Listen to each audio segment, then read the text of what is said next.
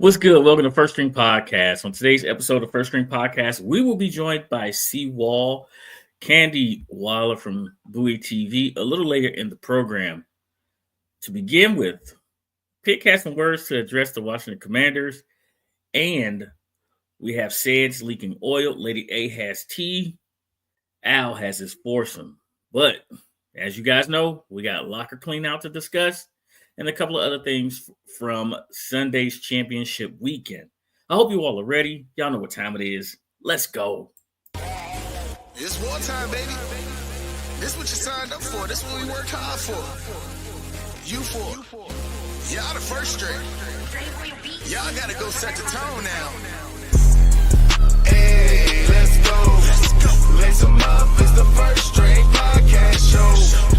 Hey, let's go. They spitting facts on the First String Podcast Show. Hey, let's go. Let's go. Hey, let's go. Cause it's time for the First String Podcast Show. Hey, let's go. Lace 'em up. It's the First String Podcast Show. Hey, let's go. They spitting facts on the First String Podcast Show. Imagine talking sports, having fun with the fam. At a starting lineup, First String is what you have. An entertaining stream with the Pro Bowl cast. When the viewers chime in, they gon' answer what you ask. Representing for the Queens, yeah, we got Lady A. A super knowledgeable woman who can break down any play. Say it from the South, so he read GA. The Falcons, the Bulldogs, the whole Peach State. Drunk Uncle Al, only way you can describe him. Every time he crack the mic, you know he gon' be wildin'. Last but not least, it's my man Toothpick. Commanders is a squad and he the captain of the ship. So if you feel the vibe, go ahead and tune in. Like, subscribe, recommend to a friend. Now for real, like, subscribe, and recommend this to a friend. Hey, let's go. Cause it's time for the First String Podcast Show.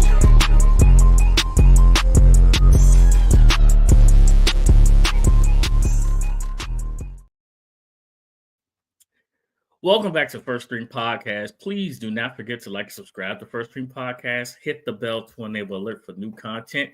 Give us that good thumbs up. And the most important part is that you tell a friend to tell a friend about First String Podcast. So y'all know what time it is. It's time for me to bring my co-host in. And let me go ahead and describe each and every one of my co-hosts. My first co-host here keeps the law and the order and make sure that we don't get too far out of hand. We do appreciate HR, but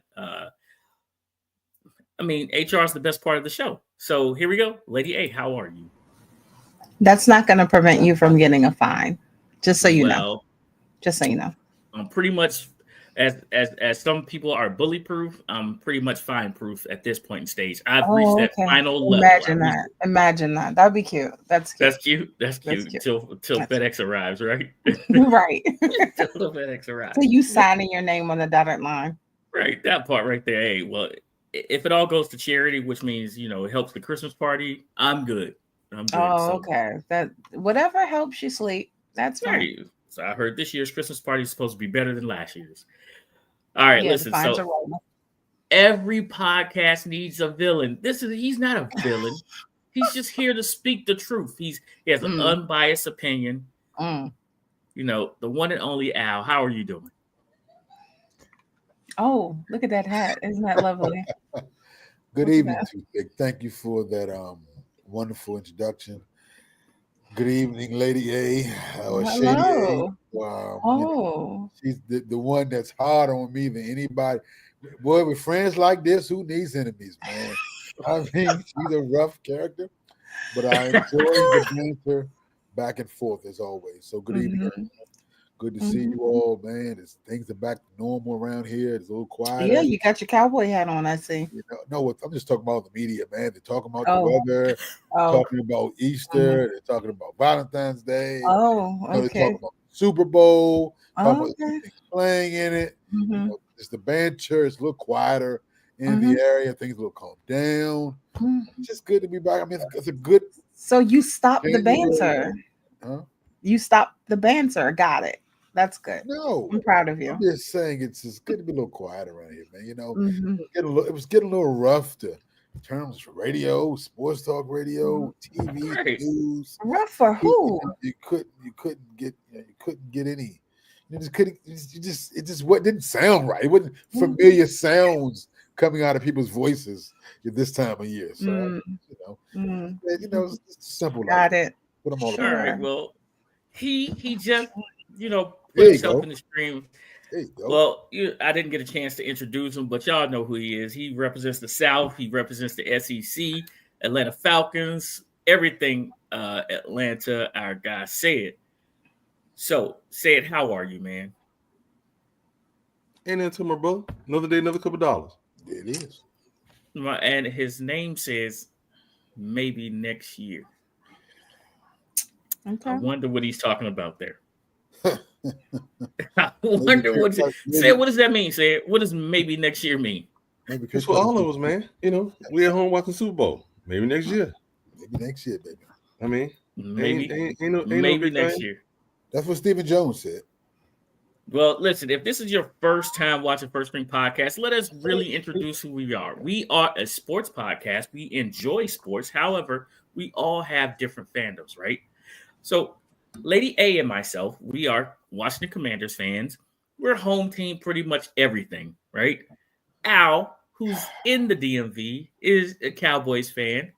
He loves the Cowboys, the Pittsburgh Steelers, the Buffalo Bills, and I think all of those teams did lose in the playoffs, except for the Cowboys who didn't make it.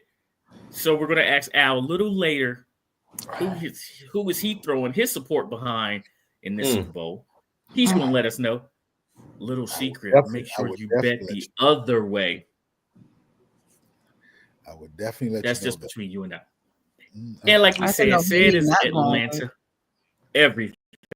We said Atlanta everything. So that's who First String Podcast is, and we love talking sports. Now, let's get right to it. First thing up on our rundown is Pick wanted to address. Before we do that, let's get into the comments. Let's get to the comments real fast. Droop beat Bruce into the chat. That must mean Bruce is on vacation. He's down in Florida. He's somewhere, but he ain't in the chat. That's what we know he's not right now. Right. Droopy did. He said, well, I guess Droop is rubbing it into, well, I guess for us to talk about NFL draft needs some prospects and teams for our team. That again, Droop. My man. So Droop is a Cowboys fan, as we all know. Hey, John Graves is right. He says, celebrate. I have arrived, as he always does. In true John fashion. Which team is Al supporting now? Never mind. I will let you know Al soon. Got traded to Dallas. He got traded back to Dallas. So, yeah. Make sure you guys pop in those comments for you. We will highlight them. All right. Now, listen, real talk. I got some things on my mind, right? Okay. And I got to get them off. The only way I can get them off is just to address the Washington Commanders. Can I do that for a second, please? Sure. All right. Well, for sure. I got some things on my mind, and I'm going to tell you this. First thing I want to do is just sit everybody down. Coaches, GM, president, the whole Harris ownership group, and the team. And the first thing I would like to say is thank you. Thank you for giving this city something to cheer for. Every Sunday, we believed our team had a shot at winning because you guys kept the main thing, which was winning. It wasn't selling jerseys. It wasn't pushing merch. It was winning. You told the players, the only thing you guys got to worry about is performing on the field. And then the coaches, they went out, they held the players accountable. They told them what the standard was, and the players lived up to it, or you had to go. And the GM backed the coaches. Not only with his actions, not only with his words, but with his actions. Our team needed some pieces. And the more we played, the less and less we saw of things that we needed, and you guys started to replace them, and players started to play really well. And the team, I'm going to get to the team. JD5 made some things happen. He did. You forgot that we didn't have a number 2 true wide receiver. People wanted Perry to be traded, and all of a sudden Terry's the number one receiver, had his best year. You guys went out there and played your butts off every week. And when things got tough, you didn't fracture as a team, came together. So for those veterans coming back, I know it hurts. Take some time off, get away from football. But do not forget about the 55 points that Philadelphia put on you. Do not forget that was the NFC East, the NFC Championship, and it was 2 NFC East teams in that game. The road to the Super Bowl always goes through the East. You got to win a division next year. So when you're hitting those weights, when you're doing those sprints, when you're catching balls, when you're doing skills drills, think about that 55 points that the Eagles put on and let it motivate you. Because it's another level that you got to get to. You got to grind hard. You got to grind hard. We're playing big boy football now. All right, Al, I see you down there with your little violin. My violin. No, he was down there being disrespectful. Yeah, you guys just really didn't understand. I was just giving you some violin I'm just saying, Al, see, listen, the difference between the Commanders this year and the Cowboys every year is it was some background music. The violin was playing. Then you feel the themes a little bit sad. I had my it was tugging on my heartstrings. What? How I get put in this? I'm just saying, I was giving the man some music, man. I was playing my violin for him. I can't do that. No, you were making faces. You see, I fell asleep for a minute, but then I woke up and got my violin. Right. Look at Garage like, dearly beloved, we are gathered. Exactly, man. You was preaching, baby. You just disrespectful. That's all. Hey, I'm just saying, Al. I'm just speaking the truth. Al, y'all's goal is to make the playoffs and be at home the following week. That's y'all's goal every year. Al is not a Bills fan. I tell you, my goal for my team is to play the last game of the season, and we have failed to do that for several years. So therefore, we're back to the drawing board, like the other 31 teams will be at some point. There's only one winner, and you can't be a winner if you're not at the game. Oh man, these guys are getting all these nights. That's so cute. I've seen all these stats. I just love living rent free in you all's head. It amuses me because everything. This young man was talking about his team, and you decided to be disrespectful. It's based upon you base it upon us. No, so I appreciate that. I'm like I said, I don't mind living rent free in all the checks. That's the thing. We do. We only address you when you decide to act up. Whenever we lose in the playoffs, whenever we go to the playoffs, we very seldom base anything we do in that season or that postseason off anything that you all have done. We don't base it off. Not that you all have done much. Do you think we cared about y'all this year? Yes. No. Yes. Look at all the men. They were doing a Dallas-Philly game and Philadelphia. They were cheering Dallas sucks. Dallas wasn't even there. We were home on the couch. We were making cookies. That's because there's two teams in the East. That was two teams. That was two teams from the East, and they were united on one thing. We were getting ready that Dallas sucked because we live rent free. Let me tell you something. Your fan behavior. Your fan behavior has caused you guys. The Phillies don't either. No, Philly is they coming right on up with y'all. They are terrible. Up with us. We actually have class. Whenever anybody, I promise you this. Anybody that's ever been to Texas to watch a Dallas game, they have nothing but great things to say about that stadium, the fan experience, and the fans of the team. No. They do not say that for the fans of the team. They do not. I have been in that stadium many a times. Yes. You know I've been in AT&T Stadium many times. I travel with the Cowboys fan. Droop is a Cowboys fan, and I can say that no matter what stadium we go to, he wears his Cowboy gear with us, right? He's in the intro. We're in Houston, say it. Droop is with us in all Cowboy gear. He catches shrapnel.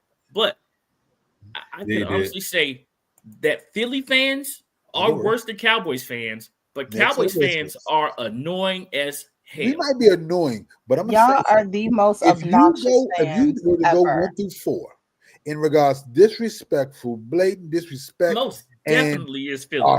Philly. Second is going to fed up. But you guys are obnoxious. Third is New York. No. Fourth is Dallas. We make they make the opposing. Nobody likes y'all. Like, have you been to Pittsburgh? Not number 4. Your I'm second not number team, 4. Those fans are pretty terrible too. Only in the MCs. If you were to rank them 1 through 4 in regards to how the opposing fans act or treat the opposing team's fans, and y'all think y'all number 4 in the NFC East, and we will be last. First is Philly treat you the worst. Philly is very disrespectful. Second is DC. They gonna fight you. No. New York. That's Philly. Philly's gonna fight you, and that's it. I'm gonna stand up for my city.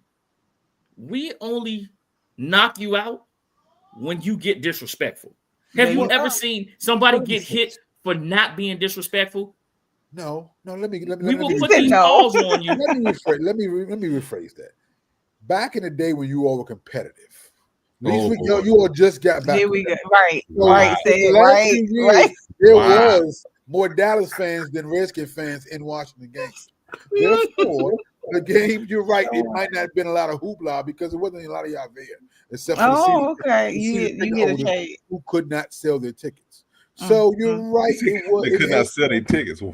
The shade. That's why nobody like y'all.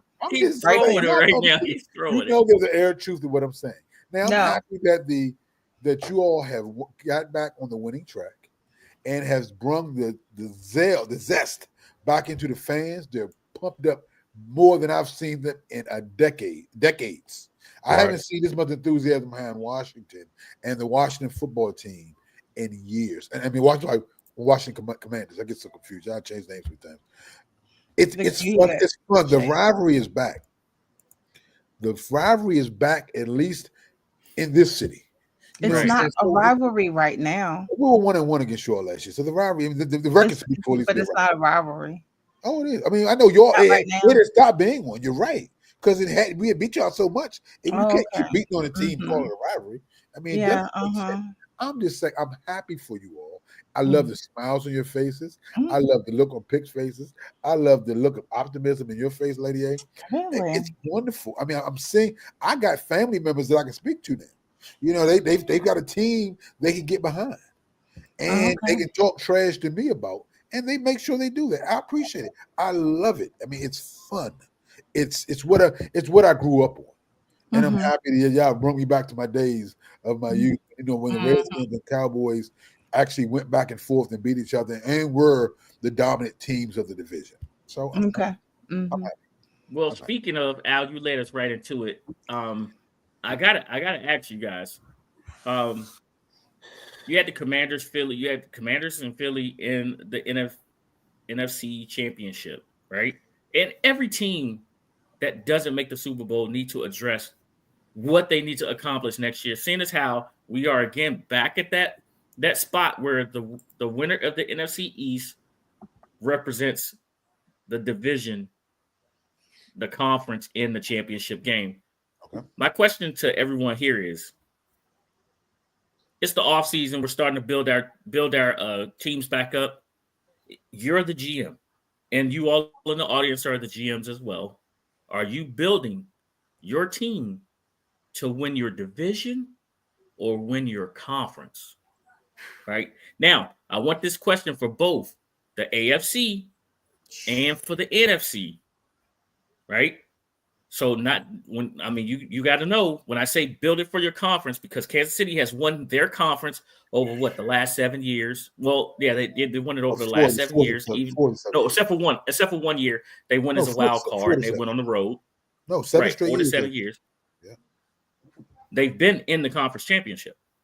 Yeah. On the other side, though, the East represented really well. So you don't want you to think about that. But do you build that thing for your conference or to win your division? Give it a second. Think about it. You in the chat. We're going to start this question off with Sayed. Sayed, you're gonna answer this question first. Tell us, conference or division? What do you mean, as in my team? Yep. We're identifying our team, or we're just identifying anybody in particular? What are we identifying? No, you're identifying your team. You're identifying your team. Give it to, but I also want it from, like I said, I want it from the AFC side. So You can pick whatever conference you want to be because I know your team is in the NFC. I mean, we pick an AFC side, then we got to pick a team that we think should be improving. That's okay. Go for it. Tell us what team. Tell us what team AFC side of my team. I want both. AFC side. Let's start with NFC. Well, I can we all had NFC teams. Let's start with NFC. I can start with my team. NFC South, the Atlanta Falcons. They should be in a position to win the NFC South next year. They need to improve on offensive line. At the same time, since we missed out on a pass rusher, everybody keep talking about the quarterbacks or whatever. You can't get no pass rusher, somebody can't get them off the field, then it's going to be a hindrance. So one thing they have to do in the next draft is they got to address the pass rush from the outside. That's the top issue. We still need another cornerback to help AJ Terrell. We got one potentially in Hughes, but he still makes mistakes from time to time. Maybe next year will be better for him. Linebacker-wise, this quarterback turned linebacker is really working my last good nerves. But they seem to like him. So, I haven't seen this. I haven't seen the speed that keep talking about him show up on film because he continues to get beat by tight ends. They have to address wide receiver. We got to find a wide receiver with enough speed to take the top off. That's going to give us a chance to make those deep throws as he wants to back the defense up. Because until then, Bijan and Algier, they're going to get the yards, but it's going to be tough yards at a point, like it was this year. And then it cost us down the line when they were longer able to get those yards. So offensive line, with at least one piece of offensive line, maybe two, wide receiver, defensive end, cornerback. That's what we got to have, and maybe a linebacker. I don't know how this new guy who they just hired, who they fired and rehired, whatever, is going to do it as defensive coordinator. I don't know how his scheme is going to work for next year, so it's potentially hard to tell one way or the other with them. AFC side, give me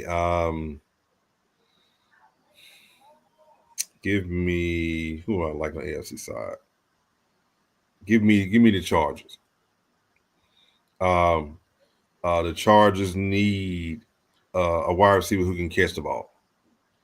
I don't care what kind of straight line speed old boy got.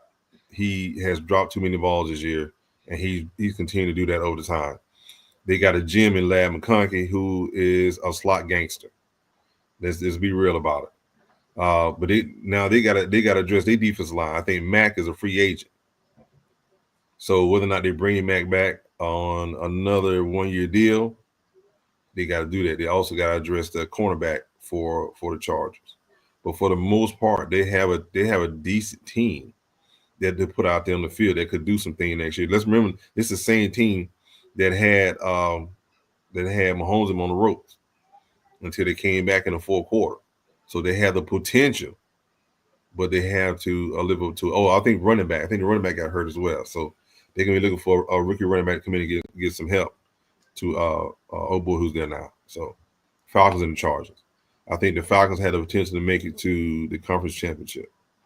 The Chargers the same. My bad, Al. Well, drastic times calls for drastic measures. Hold on, Al. One team, not all four of them. I said, I wouldn't expect that type of stuff from you, said, but I see they're rubbing off on you. But it's okay. All right. Let's start with the Dallas Cowboys. And I'm going to take the strategy from probably the best team that I've seen in the last 20 years, the Kansas City Chiefs. And I'm going to take a strategy. I'm going to possibly trade my most valuable asset, or shop them at least. It pains me to say this because we need help on multiple phases, especially offensively. Offensive line, running back, wide receiver, need help depth there.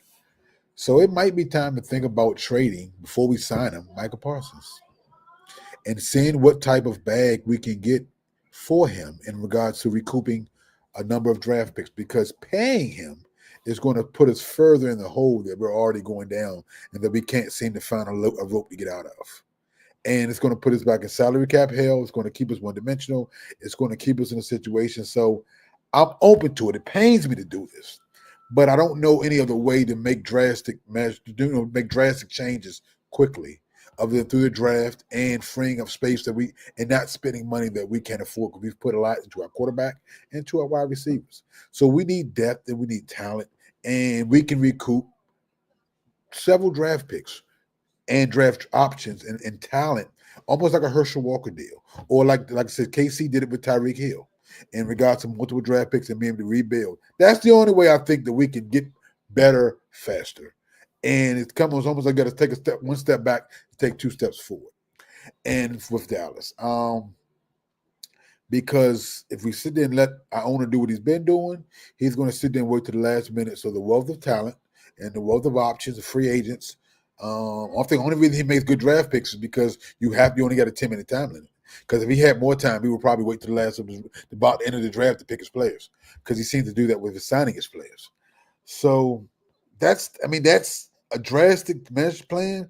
But I only think that's the only way we can get where we need to get to fast, because that's our most valuable asset, and he's not signed, so he's still on the cheap for another year, and you still can work out another option. A team that may need a pass rusher that has more cap room to be able to sign him for the type of contract he's going to want, which is the most expensive defensive contract, upwards of $40 million a year. We can't afford that. Not if we want to get better. If we want to brag about having the most highest paid players at 3 different positions or 2 different positions, then sign Michael Parsons. But if you want to get better, you got to get rid of he's the most valuable asset we have that's tradable.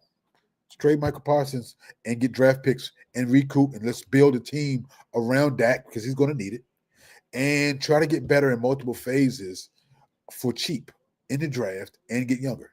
And that's what Dallas needs to do. That would be my option. I don't know what they're planning to do, but that would be my option for what Dallas needs to do to get better faster. And it pains me to say, because I love me 11 from heaven. I love me some Michael Parsons. So as for one of my teams in the AFC, I'm gonna pick Pittsburgh. I don't know what to tell you to do because Kansas City is still there. They have the best coaches, the best quarterback, and probably the best defensive coordinator. So we got to definitely solidify the quarterback position. I don't know if that's re-signing Russ or hoping that Justin Fields can turn into a mini Lamar because he has the same skill set. So we got to so defense going to be solid, but we got to solidify the quarterback position. And the offensive line, and we got to get we got to get a dynamic running back that can be in there. I think Najee Harris. I don't want us to re-sign him. I want them to re-sign him for. Play up to his 5th year, shop him, whatever you can, get something for him. But I don't think he's the answer at all. He's a big back that doesn't run strong enough for me. And I just think if we can trade him and get something for him and recover something, we can replace him because there are some good running backs in this upcoming draft. So that would be my solidify the quarterback position and hope Kansas City falls back to the pack because they're so far ahead of everybody right now. It's going to be hard to catch them in the AFC. All right. Lady A. Okay. So for the Commanders, I will say this team has gone from 4-13 to 12-5. So clearly they have already made some changes that have brought them quite a bit of success. Going forward, though, to prepare for the 2025 year, there are some things that I've seen that do need to be addressed. I've talked about the offensive line quite a bit. And then so obviously we need to take some of those draft picks and help that out. We also need depth, particularly just looking at the last game against the Eagles, the center. Look at that position. That position is vital. We need some depth on that offensive line. Not only do we need to replace some pieces, but there needs to be depth because when you have a player going down, and that happens in a vital moment like the NFC Championship, you need to be able to take someone and just plug them in to the point where you're still functional and still able to operate. As far as defense, truthfully, The defense needs discipline. There are some pieces that you can, swap out, some people that they can go home. But overall, they need discipline. There were some things, and I'm not going to go into it because I don't want to, shade my cousin, but Frankie. there are some things that I've seen in the last couple of games that show me that there needs to be some discipline um, on the defense. With that said, on defense, Fowler is a free agent. They need to lock that down. Fowler had 10.5 sacks. You need to sign him immediately. Who else was I looking at? Because And Lady A, Fowler and I don't think he's going anywhere, Lady A, not to interrupt, because he said he wanted to be wherever Dan Quinn was. right, but I mean, at the same time, he's a free agent, so you need to, fix that ASAP. Mhm. Him and Fowler had 10.5 sacks. I want to say Frankie had 8 sacks. So you do have some good pieces on the defense. So I'm not trying to say that the defense is just completely wild, but some of our free agents are Bobby Wagner, Zach Ertz. So, that is definitely a factor. We really haven't replaced Montez Sweat or Chase to the point where we should be comfortable as far as the edge rusher is concerned. So we do need to pick up on that. Obviously, I said the offensive line pick you mentioned earlier today. As far as wide receiver, we need a solid number 2. So that's where I am um, with the Commanders. And AFC, I'm gonna go with the Ravens. Okay. Some of the things that are some key points for the Ravens, they are projected to have 10 to 11 draft picks in this upcoming draft. So this is a pretty solid team already. They have a really good foundation. So I just feel like just be careful of who you pick and who you let go at this point. One person in particular, I want to shout out to Marlon Humphrey. He led the AFC with 6 interceptions for this past season. Play off of that, surround that, let me see, hold on. It was something else. Oh, Hamilton. He needs to be signed. Kyle Hamilton. So they're looking at his contract.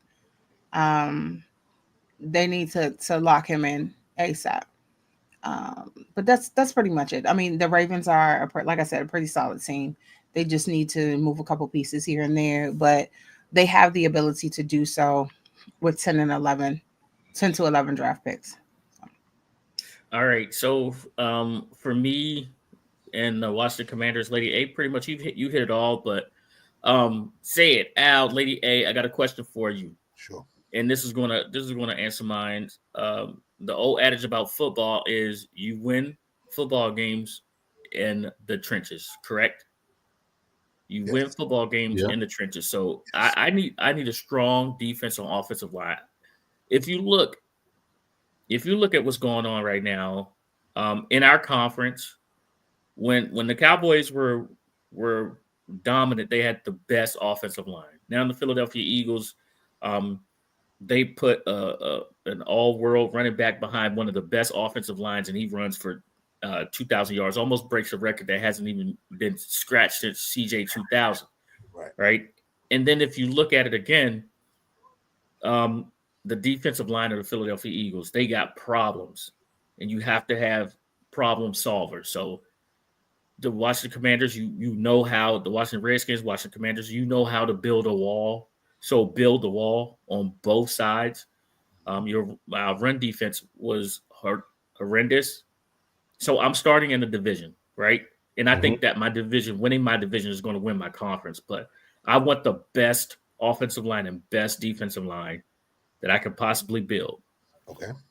So I'm not going any further than that when it comes to the Washington Commanders. As far as going to the AFC, I'm going to pick the team that nobody's picking right now, and that's the Kansas City Chiefs.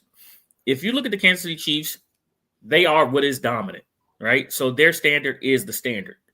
And so I'm gonna look at that team and I'm gonna say, what do I need to reinforce? And right now, keeping Patrick Mahomes upright and stable is my biggest priority again. So once again, I'm going back to my offensive line. Their defense with Spagnuolo is one of the best. And talking about an assistant coach that doesn't want to go anywhere, right? A defensive coordinator that doesn't want to go anywhere. Why would I leave this to go somewhere else? I got the best quarterback in the NFL, and I have the best head coach right now, and I'll just wait right here so I can continue on the tradition. Mm-hmm. That defense, you have, again, problems on the defensive line, and you got problems in their linebacker core, and their secondary is top-notch as well. Even though their best piece, they gave away to Tennessee. They gave away their best piece to Tennessee because he wanted money that they didn't have. Miami. No. He went to not Tyreek. I'm talking about their cornerback. He went to Tennessee. He went to Tennessee this year. So Spag knows what he needs on defense. So the problem with Kansas City is you have a tight end that you're not sure if he's going to retire if he wins his third Super Bowl. Is everyone is trying to catch you, and you're retooling, and you have the depth, things like that. But there's still big pieces like your left tackle. You got to solve that left tackle problem. So I believe they develop people. I believe they develop coaches. They develop players and things of that nature. So the thing is, you got to stay ahead of the game. So that's where your GM and all of those guys, they got to be looking ahead right now. So those are the two teams that I'm thinking about. Thanks for doing that exercise with us, and everybody in the chat that replied as well. Let me jump in on that one, Pick, before you go too far. Go for it. Kansas City has a bunch of one-year deals that are expiring as well, defensively. So they got a bunch of good pieces, but they got a bunch of expiring deals because Jones, I think he's the only one who's got a major deal. So they got a lot of expiring deals they're going to have to deal with. I think their middle linebackers coming up on free agency too, but I don't think they're going to let him get out of there because he's a nice piece in the middle that keeps that defense intact. Al? Yes. We're going to do our Commanders Eagles recap with CWall when she joins us here in a little bit. So let's look at the AFC side of the conference real quick. So Al's going to do his Buffalo Bills and Chiefs recap. He's going to do that for us. So AFC Conference Championship recap. Al's got the mic. Oh, man, I got the mic. Let me tell you something, man. We should really appreciate what we're watching. I sat back and watched that game while I had a rooting interest for the Buffalo Bills. But I think it's time. I don't want to hate on greatness. And I think greatness is what we're watching right now. What they're doing, I mean, if you look at the coaching, I thought even the game Sunday, it was, of course, Sean McDermott used to be Andy Reid's former defensive coordinator. And it was truly a display of teacher versus student. And that the teacher was showing the student, I didn't teach you everything I know, but I know everything that you know. And it was no more evident in the last drive. While everybody's looking to run the clock out, Kansas City doesn't worry about running clocks out. They worry about getting first downs. They're going to take your throat. They're going to cut you at the throat. They ain't trying to hit you in the knee. They're not trying to hit you in the hip. They're not trying to weaken you. They're trying to kill you. And the play calling nothing was more evident in their play calling. Even with as Tony Romo was screaming from the booth, stop running Josh Allen left and the tush push. They had no counterpunch when things didn't work. I watched in that game Kansas City take a play that worked on them early in the game, a roll out right while everybody was going left to James Cook. It worked beautifully on them. Take that play and use it, a similar play in the fourth quarter against them in crunch time to get a fourth down and to get a first down again to close the game out. It was a display of just when you have the best quarterback, the best coach currently, and seeming the best defensive coordinator who nobody wants to hire as their head coach. There's so many, they're miles ahead of where that game was close, but it wasn't close. And I had to sit there and watch it and be almost discouraged because I'm like, they're the phrase of they're playing chess and everyone else is playing checkers Yep. has never been more evident than watching their whole display. They're using plays. Their players are getting better through the years. So they're seeing the fruits of their labor by just continuing watering their flowers. And then when they need to use them, they're there. It was almost discouraging to watch because it's like if they win this one, who's to say how many in a row, or even if they don't win this one, they're going to be right back there next year because they're coaching. And it doesn't even matter the players so much. It's like almost like they got 5G and everybody else got 1G in regards to their coach, their playbook. And it was like and Buffalo's a very good team. I think Buffalo would have been the best team possibly in the NFC if they were in there. But in watching them and when the rubber meets the road, it was truly a beautiful thing to watch. Even though I was, like I said, cheering for the other team, I have to give kudos and respect to the whole Chiefs organization because they play a different brand of football and they're head and heels above everyone. And this doesn't mean they can't get beat in the Super Bowl by the Eagles because it's always any given Sunday. But in regards to preparation, being prepared, never second guessing, never feeling that you're out of a game, and always putting your team or yourself in the best position, they're far head and shoulders above any other organization that I've watched over the last few years. And it was just a pleasure to watch that type of football and that type of just precision even though in a losing fashion for the team I wanted to win. So, I mean, I can't do nothing but talk. Hats off to Kansas City. It was a beautiful display, and it was like I said, they still have more in the tank. So, which is even scary because that was 15-2 or 16-2 or 17-2, whatever you want to call it, and they're not even showing their whole gauntlet. Lady, I know you got some things to say. Go for it. I mean, how can I put this? I saw it coming. I feel like the Bills, first of all, it was clear who the better team was in this instance. Let me just put it out there. It's clear who the better team was. Now, here comes my shade, but it's not really shade because it proves true every single year. The Bills, they're just not that guy. Okay? They're just not it. I said they were not going to go to the Super Bowl because they don't want to see the NFC East. I was like, "You wrong, Lady A." But I mean, I'm just saying, everything I've said about the Bills is true. Everything I said about the Lions is true.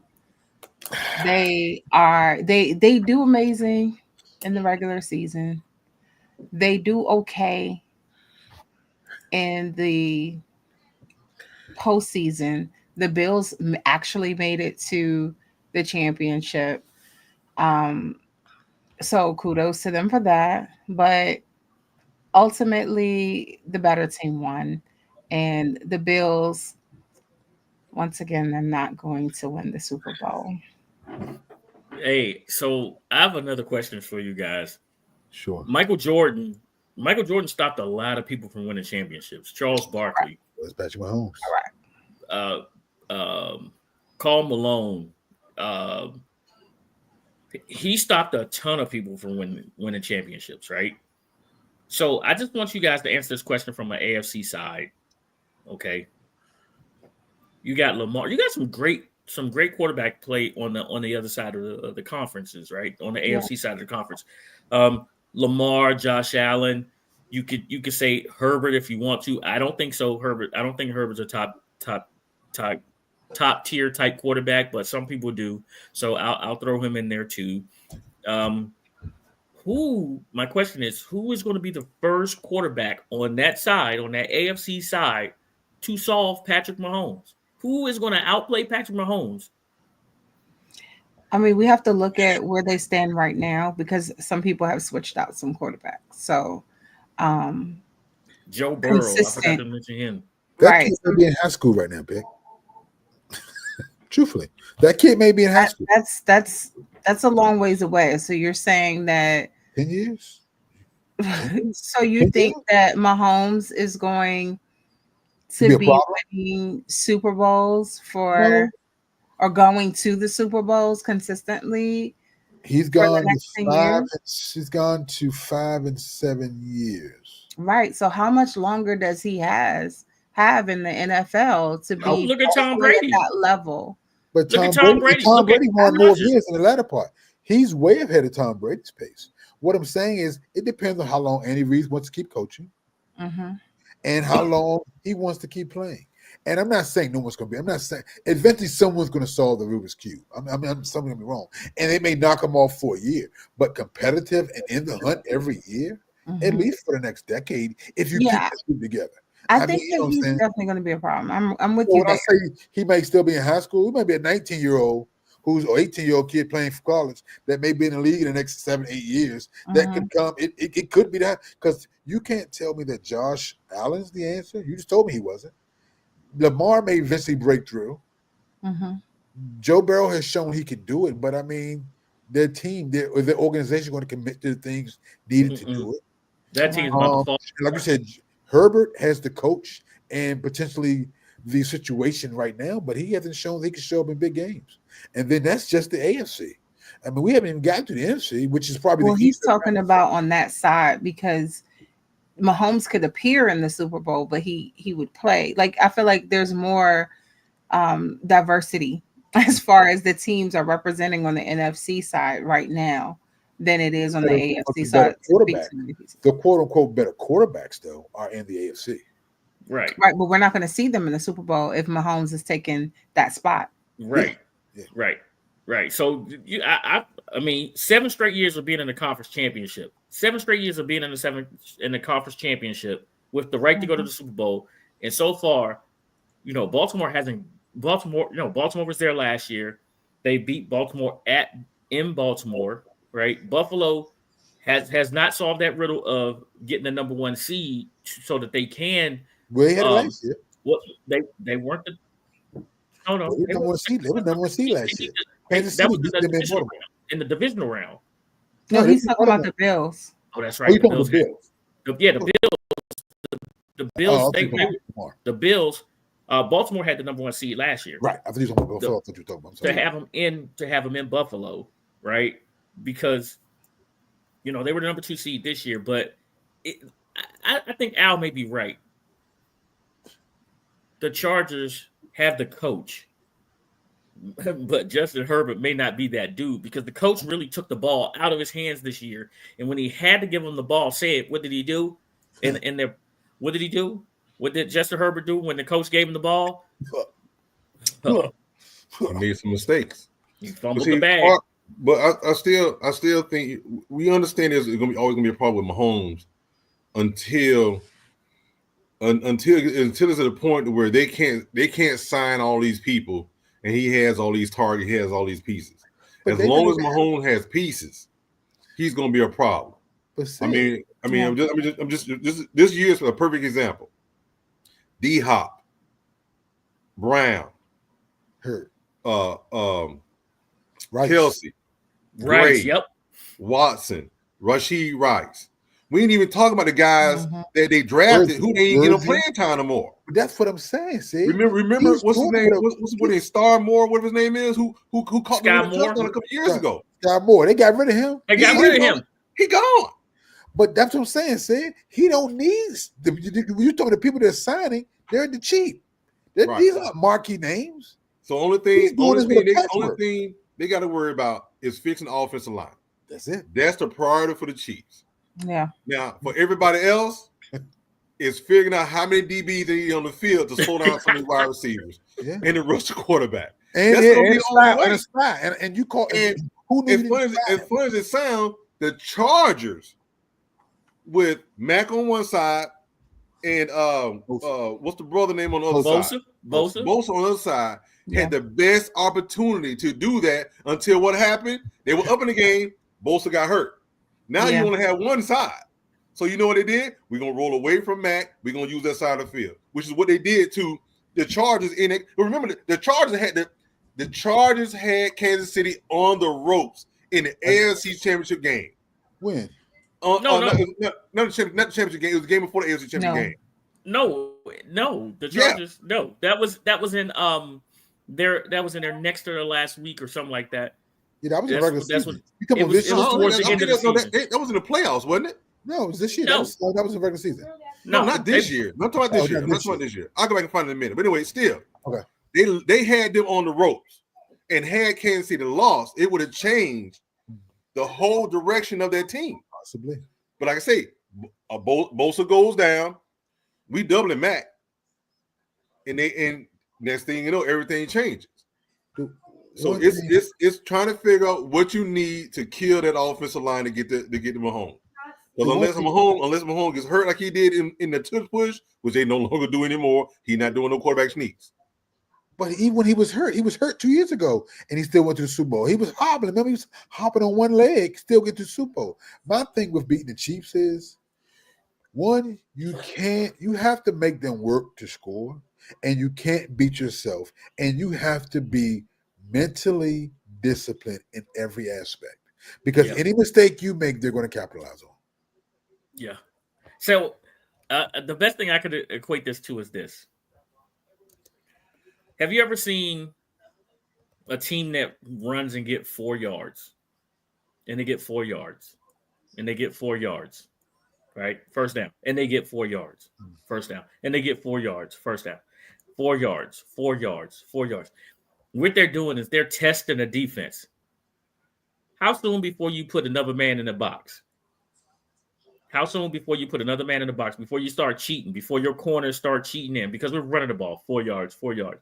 And as soon as you do that, then boom, we hit you with something for a wide receiver for about 7 yards or 8 yards. They test you mentally. You have to stay in it and figure out, how do I stop this without breaking my scheme and they're testing my will, right? And that's what the Chiefs do to you. So until you solve that riddle of Patrick Mahomes and he's going to do what he needs to do, and Andy Reid is one heck of a coach. And they're one hell of a tackling team. Think about how many missed tackles you saw the other day from Kansas City. Not many. Not many. I mean, they did have James Cook had to work his butt off to get in that goal, get that touchdown, one diving, and one the first one he had. But they're fundamentally sound on the defense side. They make you earn everything, which I mean I have no problem with. But like I said, in today's, and that's why I'm curious to see how this cat and mouse is going to go with the running game for Philadelphia. You know, like and Saquon, how he makes a lot of people miss tackles. Will that same success continue on against the Kansas City defense? I don't know, Lady A. What do you think about that? So, I think that the only way to get Patrick Mahomes out of that spot is to get Patrick Mahomes out of the game. I'm not trying to say hurt him. I'm not trying to say hurt him. But I'm saying if he's not playing, that's the only way. Pick, you just mentioned that this man was hobbling in the Super Bowl, right? Yeah. He was hurt. So I'm not even trying to suggest, because that's unethical. But even if I were suggesting it, it's not necessarily proven to be effective to hurt him, because he can still win the Super Bowl. He can't play. I don't know how to, and it doesn't seem like he is ready to hang up cleats or anything anytime soon. Nope. So we just got to deal with it. I mean, because I do feel like this. We were talking about cracking the code and things like that. Once you crack the code, they're going to switch it up. Yes. Oh, okay. Y'all figured that out. Okay, we'll try this one. You know? So it's going to be a never-ending story. You crack the code. It's only going to last for a little bit. Patrick Mahomes and Andy Reid, that's a problem. That's a dynamic. We've seen this before with the coach and the quarterback being a problem. We've seen it before. So it doesn't matter who his targets are. To what Al said, you can pick somebody off the street. I can go in the game, and Patrick Mahomes gonna have me looking like a superstar. You might He gonna have me be looking like a catches, superstar, girl. right? So I mean, it doesn't matter who his targets are, as long as I mean, in truth, his offensive line. Look at the time that he's been, successful. His offensive line has changed. They haven't been extraordinary the entire time. They haven't been, but he's able to move. He's able to maneuver. So that's a benefit that you get with a mobile quarterback, is that he's able to move. So it's going to be tough to get him out of that spot.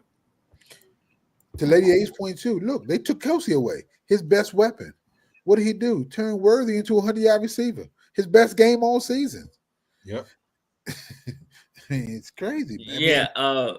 I feel Jay Black, I said, don't hurt him.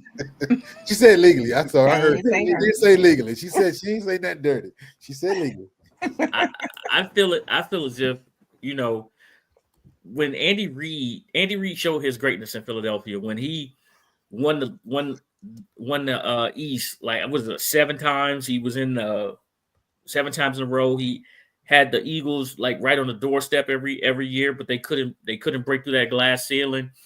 Right. And then they finally got there, and then T.O. destroyed the team from the inside out. Ah, come on. But let me tell you something funny.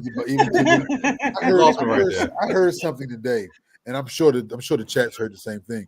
But it's amazing. Buffalo has to feel like, what can we do? First of all, they've lost to him 4 times, Patrick Mahomes. But Buffalo was in line to pick Patrick Mahomes and allowed Kansas City to move ahead of them to pick him. Traded with him. They traded with him. And then they drafted Josh Allen the next year. Oops. I mean, you talking about, I mean, like I said, curse of the Bambino, whatever you want to call it. I mean, this, you got to feel like the biggest numbskulls in the world. I mean, you know what I'm saying? I mean, it's like, goodness gracious. They traded it. We let them come ahead of us to pick the guy that we can't beat no more, no matter what we do. So, and the funny part about it is they ran that back a couple of years later and traded with him again and gave him Isaiah Worthy. Who just killed him. Didn't I tell y'all before, Buffalo ain't it? Stop it. I'm just saying, you doing nothing but proving my point. I'm just saying, anytime the Kansas City calls and asks you for a trade, you need to check the board and see what's there. You better believe it. You need to just say no. You don't even need to check the board. Just say no. You better check the board and see what's there. Especially if it's Buffalo, because they'll be right there picking in front of them again this year. There you go. Here we go. There you go. Well, y'all know what time it is. Everybody get your pinkies ready. Get your beverage. It is time for Lady A's Avenue. And Lady A has some hot tea for us. Pinkies up. Lady A, it's all yours. Man, a little scratchy throat, man. Give me something good, girl.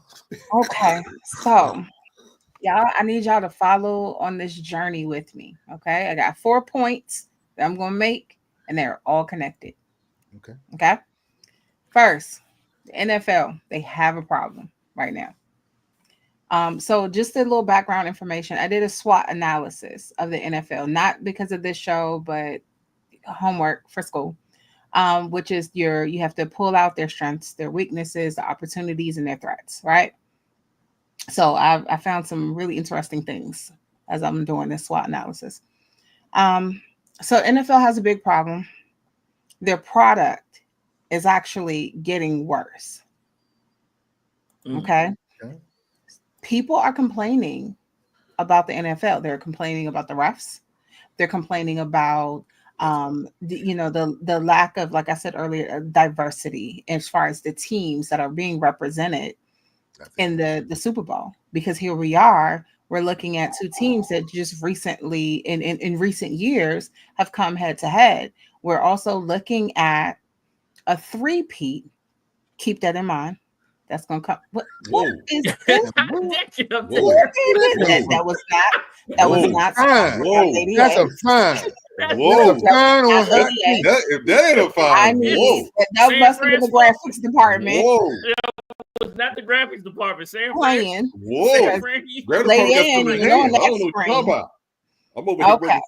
I don't know what that got to do with anything. That ain't nothing what I'm talking about. But blame Sam Fran. But The NFL, their attendance actually dropped by 160,000 tickets from 23 to 24. Okay. That's probably mostly Cowboy fans. Oh, That could be the case. We see stopped that going to that games. that shade was not sponsored by Lady A That might be the either. truth. I don't even think that was shade. We were so But bad. 160 tickets, that's a lot. Then they only have 17 games per season. So keep that in mind when you compare it to other leagues. Now, NFL, don't get me wrong, they're still top dog as far as sports are concerned. However, they're just things are declining. People are just not as passionate as they were before. And think about it, when your leader comes into public to speak and everybody's booing, that might indicate a little bit of a problem, right? It could be the Vince McMahon effect. It could be the Vince McMahon effect. There's no, what commissioner do they cheer? That's a problem. That's what I'm saying. I'm just talking about any sport. What commissioner do they cheer? I mean, yeah, but so this just a little bit of stats. Because keep in mind, they have a 60-minute clock, but they usually take 190 plus minutes to complete the game. Okay. The passing offense, the teams are average just 1.4 passing touchdowns per game in this past 2024 year. Really? Okay. With 0.8 interceptions per game. In 2018, they averaged 23.3 points per game and 238 passing yards per game.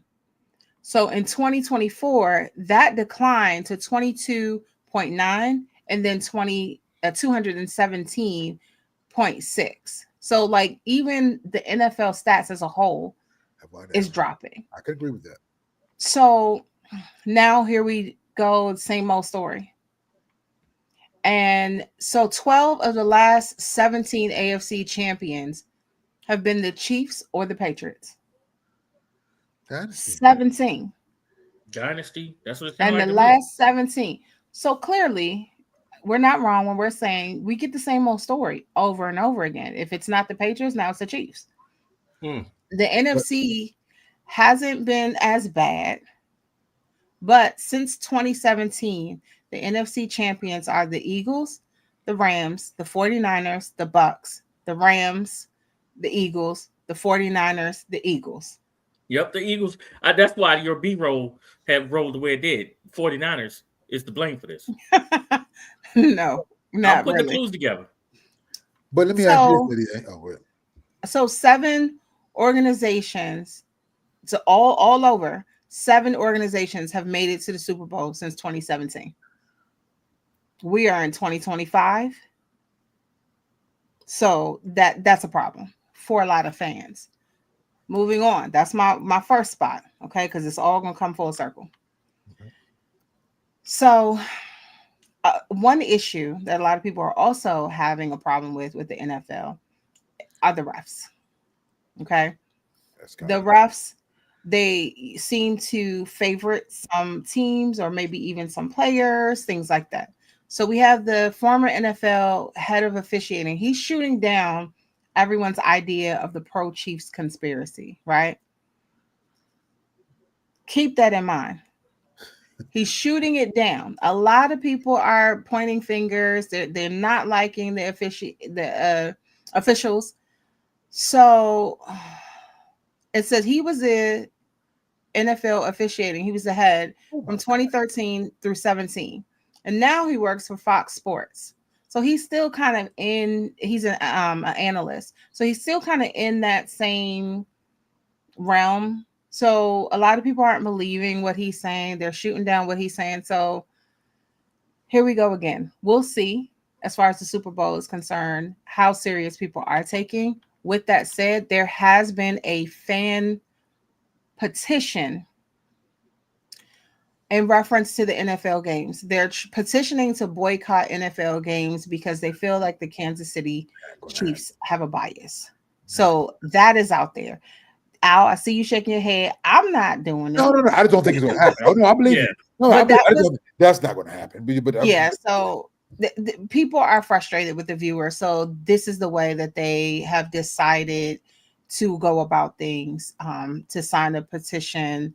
And it's all over the place. You know, people are sharing this all over the place. I could see if this was the Saints and there was a blatant pass interference that wasn't called, and then New Orleans said, we're not watching the Super Bowl. You know, all of Louisiana said we're protesting. But I've not seen anything as egregious as that ruled in Kansas City's favor. And well, see, the goal is to hold the officials accountable. Right. For, you know, but I feel like they're just using the Chiefs as that vehicle to push that narrative through. I think that they should just take the broader narrative, but hey, I'm not the one that started it. And it's on, I believe this petition is on like change.org or something like that. But my last point, with that said, the Chiefs are going for a 3-peat, right? Yep. Remember I said earlier, keep that in mind, 3-peat. This is very important for a former NBA coach. Okay. Have you guys heard? Have heard the 3-peat many times, right? Yes. So Pat Riley actually decided to coin that term. Yep. Officially. Okay. So in the 80s with the Lakers, he's like, all right, we got the 2 championships, you know, let's go for, well, it started with Twee-peat. And then it went, Byron Scott is the reason for that. Then they went ahead and did 3-peat, right? So the 89 finals was the cause of that. Pat Riley said, okay, let me go ahead and get a trademark. Yep. What does that mean? That means that he's going to get paid for a 3-peat. That means he can do the licensing and he can get paid. They said that fans are expected to spend $18.6 billion in this Super Bowl. $2.6 billion could go towards team apparel alone. He is expected to bring in a lot of money. So apparently he pulled in $300,000 after the Chicago Bulls. Sorry, Al. You got Bills in your mind. Chicago Bulls won their 3rd straight NBA championship in 93. So that's 93. Here we are. This is 2025. Yep. So keep an eye out for, I'm not trying to count the man pockets, but they about to. And you are. I'm not counting them. I'm just. You ain't got to count it because he's about to make that money. That was big money. He's about to get that good money. That was T with Lady A. Nice points, and to bring it all home with Pat Riley about set to make a lot of money here is excellent. So keep that in mind. So now we are joined by Bowie TV's own, please, CWall. How are you, ma'am? Bring her in here. Bring her in here, please. You know how he got a star on his head today. He is ready. He back with the Cowboys. Give me the blues on social media. Hold on, wait. So bad on social media. She talk about me in front of my friends, everything. Everybody called me, talk about Candy just ripping you apart on Facebook. I'm just, I've been looking for her. She's lucky I ain't there. I wasn't in Bowie earlier today.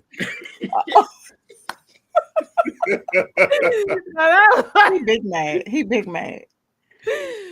Wait, I'm about to wait. Hold on. For old time's sake, now I got to go to the source, Facebook. Facebook. Oh yeah, Candy, I screenshot that when he was on Facebook talking trash. Her too. Her up there too. You got a star back on yet? All of his teams have been eliminated every week. I found this head again. You had on the Steelers outfit. Well, don't worry about it. Like I said, they went down. Then I went to I'm back on the couch now with everybody.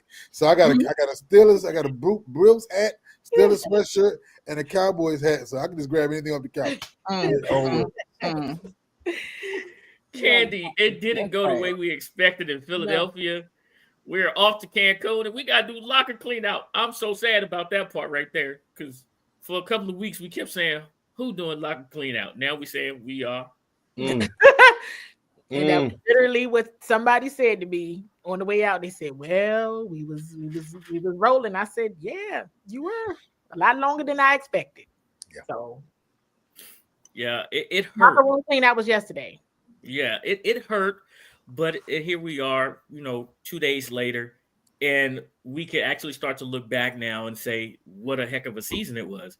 But I know those players, I know those coaches, I know they're still in their feelings, and they should be because Philly put 55 on them.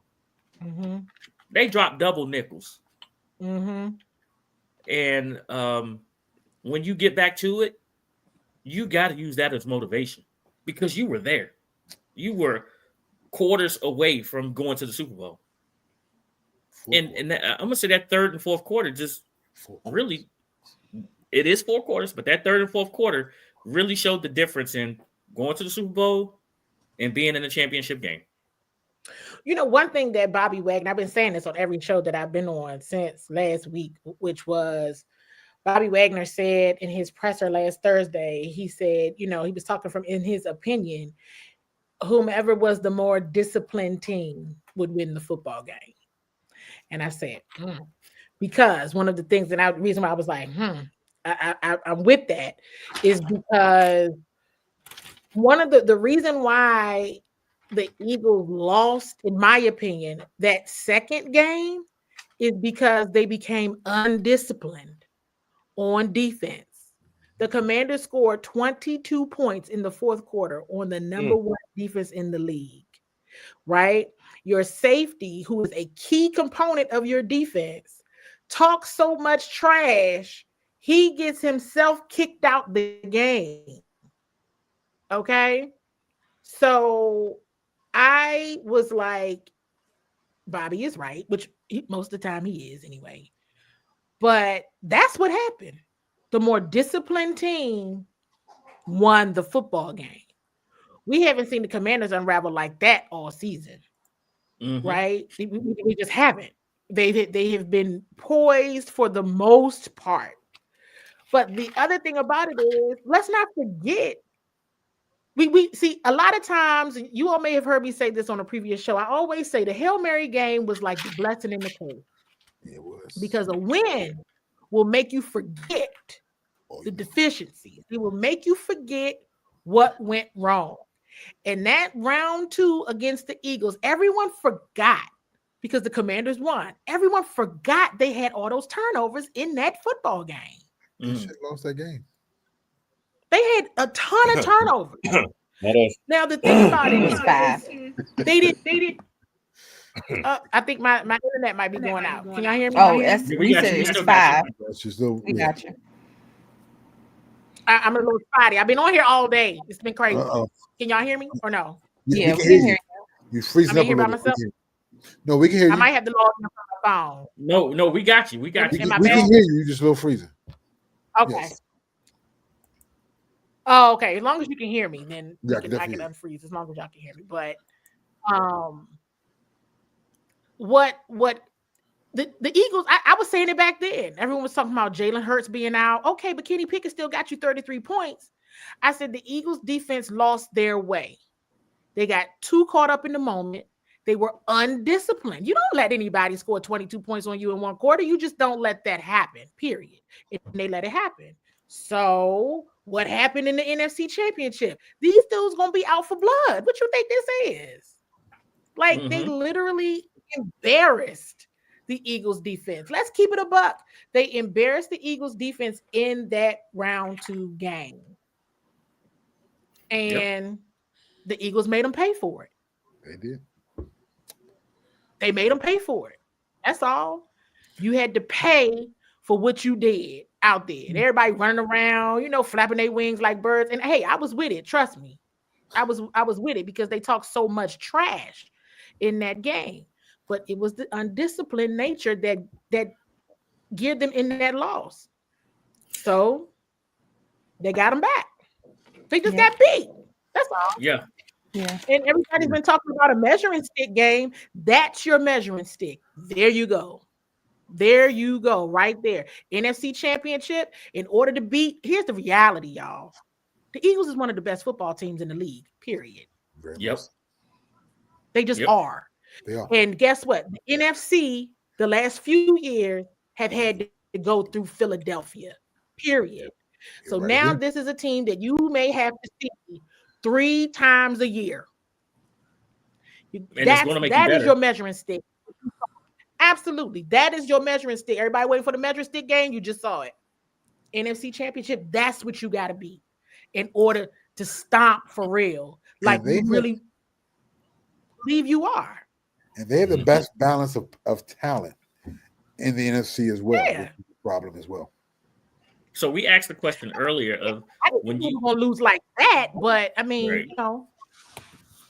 We asked that question earlier of when you are preparing your team this offseason, do you prepare for your conference, for the conference to beat the conference champ, or do you prepare for the division? Which is a great question because it's our division. And we know that Philly has a great roster, from 1 through 52. So when you look at that, Candy, when you look and earlier this year, we looked and we say, oh, we need a number 2 wide receiver, we need a better secondary, we need this, we need that. For me, I said it starts in the trenches, right?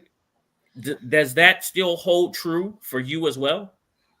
I mean, they got to win the line of scrimmage battles. Yes, that's what we're talking about. You absolutely, the line of scrimmage must get better, right? It must get better.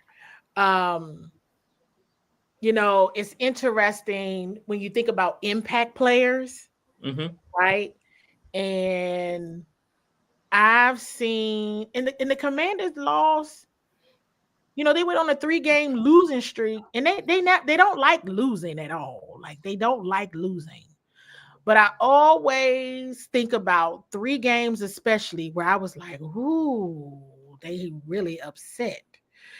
It was week 1 against the Tampa Bay Buccaneers. I was so like, wow, these guys are really upset. Like everybody is angry coming in this tunnel, and it's just week 1. But you couldn't say that to them. You couldn't say it was just week 1. They hated it. They did not like that. All right, I'm gonna learn from that. You don't say that. Okay. From a running back perspective, they got Bucky Irvin. Okay, follow me with this one. Ravens. Oh, they were so mad when they lost that Ravens game. But they got Derrick Henry over there. On Sunday, I have not seen this team ever in my coverage of this team be like they were on Sunday night. And like how they were yesterday. That hurt me. Like, dang. Saquon. Ooh. Saquon. That's Saquon Barkley. Yeah, he's different. When we talk about impact players, we think about differences and difference makers. Right now, you got your quarterback. Now you need your running back. He's special. That's what you need. That is what you need. Who is the next goon at running back? That is where this league is going, because now it's getting back to old school football where they're gonna run you, right? And if you questionable tackling, Saquon will beat you every time. You can't be questionable tackling him. Said that earlier. I asked that question earlier. You cannot be questionable tackling Saquon. You made to see this man 3 times a year. You insane? No. People say, oh, what they need to do to stop Saquon, keep him off the football field. That's right. Do. Because he going to get off on you. Straight up. People were so pissed off when I was saying that last week. It's the truth. I'm not, I'm an objective sports journalist. You all know this about me. Yes, absolutely. Right. I grew up in the area, but hey, that's not my job now. I'm going to come here and tell you the truth. And I'm going to tell you what to look for. I'm going to tell you use your clues. And I'm going to tell you temper your expectations, because this could be a long day. Okay? You know? And so, like you said, use your clues. I'm going to tell you what it is. And then when you talk about the defenses, okay, yes, and they got beat. And that's all it was. I mean, they got beat. The day was coming. I mean, and they don't believe that. I'm saying that whole taking a risk because of the relationships that I have in the building, right? Right. Adam Peters legit told me when I asked him yesterday, he said, I didn't plan for this day. Was not prepared for this. Why? Because they didn't think they were going to lose. They did not. They should have. But that is how high they think of themselves. Now, let's be clear. They played a bad game. The Commanders did not play what we are used to seeing them play. No. At the same token, the Eagles forced turnovers on them in round 2. So it wasn't like we saw something right. They had 5 in that game. The difference in that game was that Kenny Pickett was behind center. So they was getting the Eagles offense off the field quicker. That's all. I'm like, this isn't like something we haven't seen before, everybody. And I'm not going to say that the Commanders got lucky in round 2. I'm not saying that at all. They won. You know, they won. They that's what you're supposed to do. Cool, good. And like I said, the Eagles defense was way undisciplined. They were talking so much trash in that round 2 game, and they got. And that's because they was too busy doing this. You better pay attention. Jamison Crowder scored a touchdown on you. Up, there you go. See, there you go. You're running your mouth too much. Be quiet, and maybe it'll go your way next time.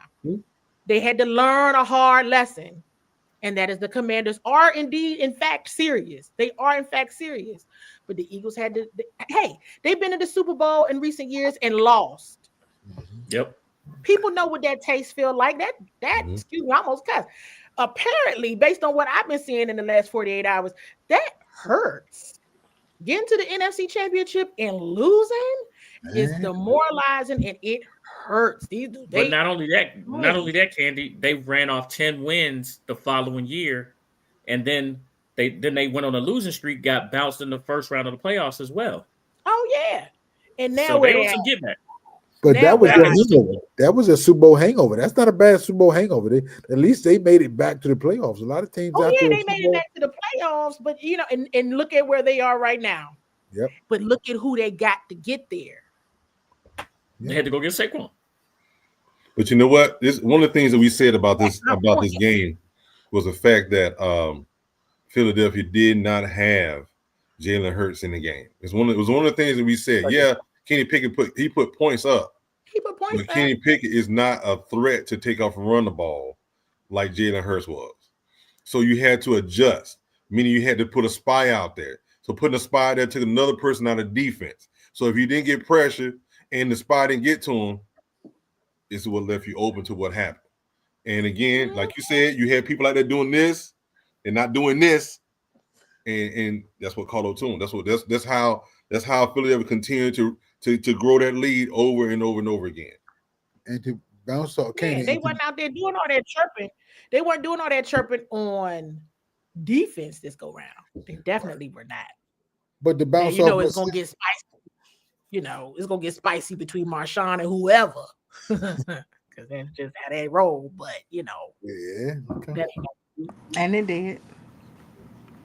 But the bounce off said, just to piggyback off what Sid just said, Candy, that's kind of what I was preaching before. That while this game was going to be so different, because with a Jalen Hurts in the game, I thought it was less play. It would be less plays that the Commanders would be, because Philadelphia would be more in tune with the type of offense and the play call they wanted to make, which means they'll be more in tune, more third down conversions, possibly more fourth down conversions. Jaden, for the first time, I think a lot of people have said as well, seen rush. Even when the game was kind of still close, he just seemed sped up.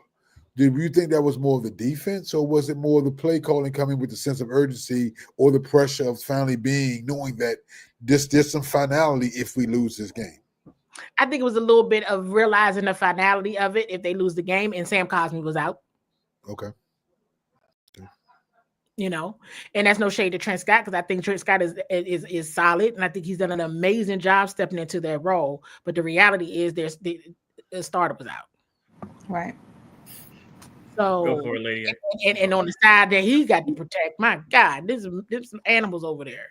Animals all the way across that whole front. Ooh, the Eagles got a mean front, like they are good. I mean, I talked about that first game. That Thursday night football game, I was like, man, they were out there getting dogged after that first touchdown by Brian Robinson, and they carried basically Brian Robinson Jr. into the end zone. I said, oh, that ain't gonna happen again. I think they were ready for him this time. I think here's a reality, and I know you may not like to hear this. I know you definitely don't want to hear this. The Commanders are serious. And I think that when people have faced them throughout the season, everybody thinks they're the same Commanders from the same culture and the same. No, you got to level up too in order to beat them. Can I say something to that, Candy? Can I say something to that? Because I was speaking about this the other day. This is the one thing I love about sports, and also one of the things I dislike the most about sports, in a sense. Being on several teams myself, the worst thing about the end of the season is that team is done.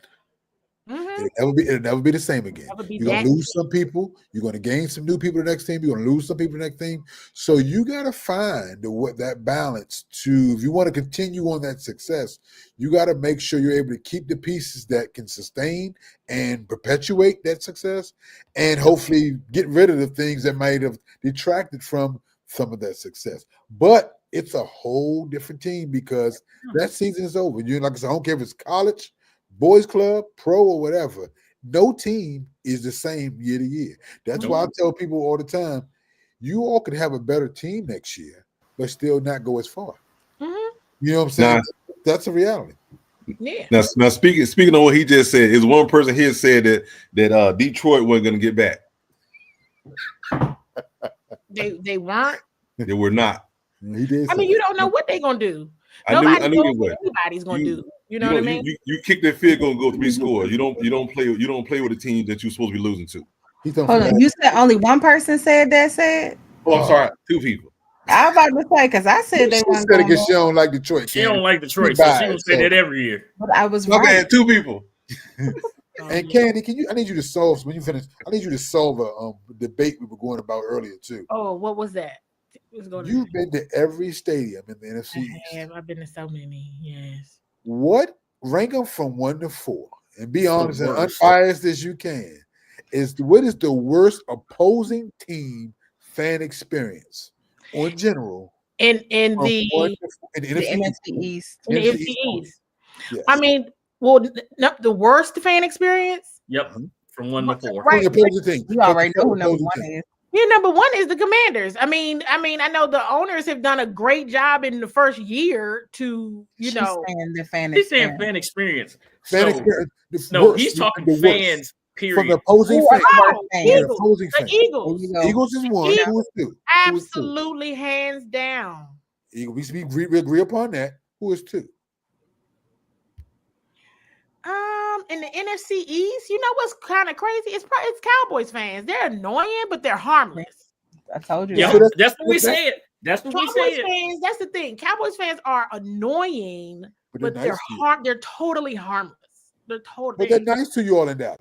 They're nice to you in Dallas. But y'all are annoying. Here's the thing, and there is a difference between DMV Cowboys fans and Cowboys fans that are from Texas. That's what I'm talking about. When you go to Dallas as a Redskin fan, you want nowhere near harassed as bad as you are in Philly, DC, or even New York, even though they're homeless too because they're so bad. I try to tell them it's a great experience as an opposing fan to visit Texas Stadium because once the game is over, they walk out, they go home. How would you know? They're beautiful. You are a fan, so you would know. I do know. You're not an opposing. Well, I can tell you this: Jerry's press box is very nice. In the press box. And after the game, I'm telling you, this last game, I went and had me a beer. They got a beer thing in there. They turned it on. I went and had me a beer with some of the Cowboys reporters. I thought Mike McCarthy had got fired after the game. That wasn't even what happened. Jerry Jones was just having his regular press conference. I didn't know he had press. Did y'all know that? Yes. Every game. I'm almost embarrassed to admit it, but it's okay because I'm a transparent person. I had no idea this man had press conferences after he has the first press conference. Yeah, he does it before the coach. It's an ego. So while you're covering the Commanders in that press conference, Jerry's having his own press conference, and all the Cowboy reporters get up and leave and go to Jerry's press conference. They didn't even be in there for their coach's press conference. He does that on purpose. It's his ego. He's before the coaches a lot of the times. I'm embarrassed to say that, but it's the truth. Yeah, it's because you're doing your job. You're doing your job. You covering the coach, the players. You're in the locker room. You probably haven't seen Josh Harris once in a press conference. No.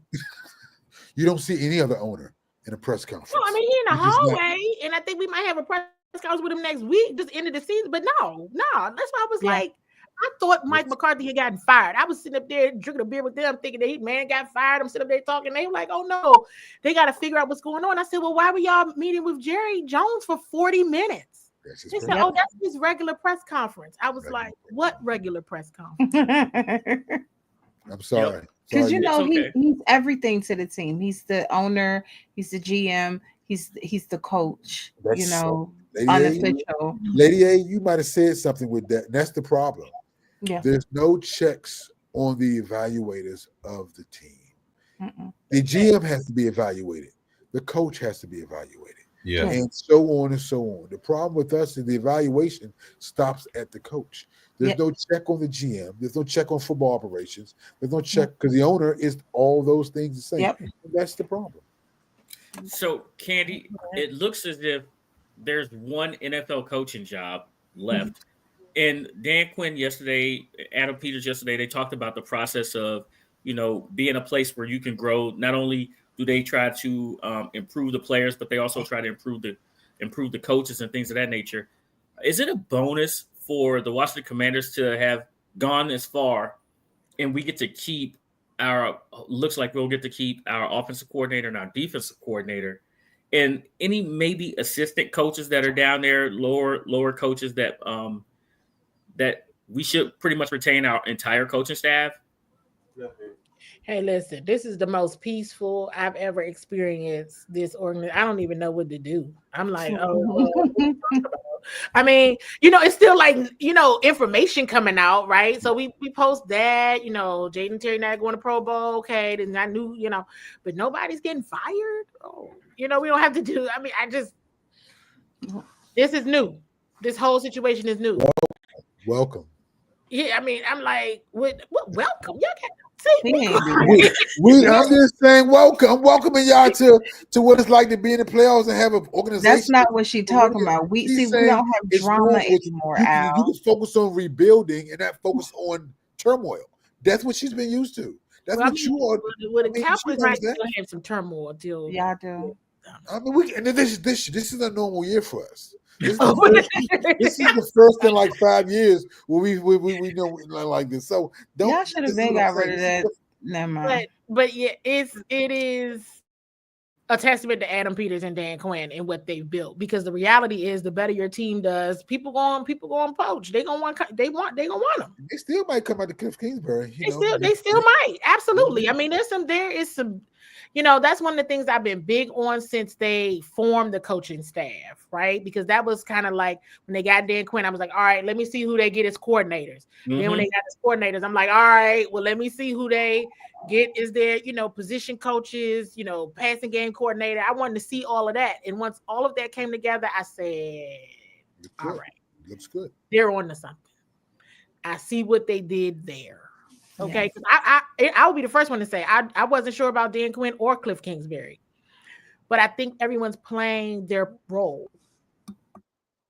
Everyone's being very effective in what their role is, and I think speaking of Cliff, it's not you can't just leave Jaden. Right. Yes, you can. I buy him a first class flight out of town. Right on. I'm sending him to New Orleans. He would do wonders in New Orleans. The easy division. I would love to see him down there in New Orleans. Whoa, player. Whoa. I'll just like a Cowboys fan, making enemies everywhere they go. You shoot way too much shots over there. I like prosperity. You worry about Pittsburgh and the quarterback situation, but you start talking about us. Nothing wrong with sending y'all's fabulous coordinator to take a step up and get a second chance at being a head coach. I wouldn't have a problem with that. He's fine. All right, I'm just saying that. Maybe I believe next year that our coaching staff will be poached. But you got to look. I hate to say this, but I think that DQ learned a valuable lesson in Atlanta, after reaching the Super Bowl, and pretty much his whole offensive staff walked out the door to go to San Fran and go other places. And so when you look at it now, I think he's more prepared for if I do lose a coordinator, if I do lose a position coach, that I can elevate. Just like you said, when we got DQ, I wanted to see how that staff was formed, and it looks like they did a great job. So now they can concentrate on, I guess, those extra interviews with players of what you need to do to get better. Because I'm coming back. And that's got to be Atlanta. some of the What do you things that mean? what these coaches said. He promoted from within in Atlanta. He The did, offensive but coordinator was within.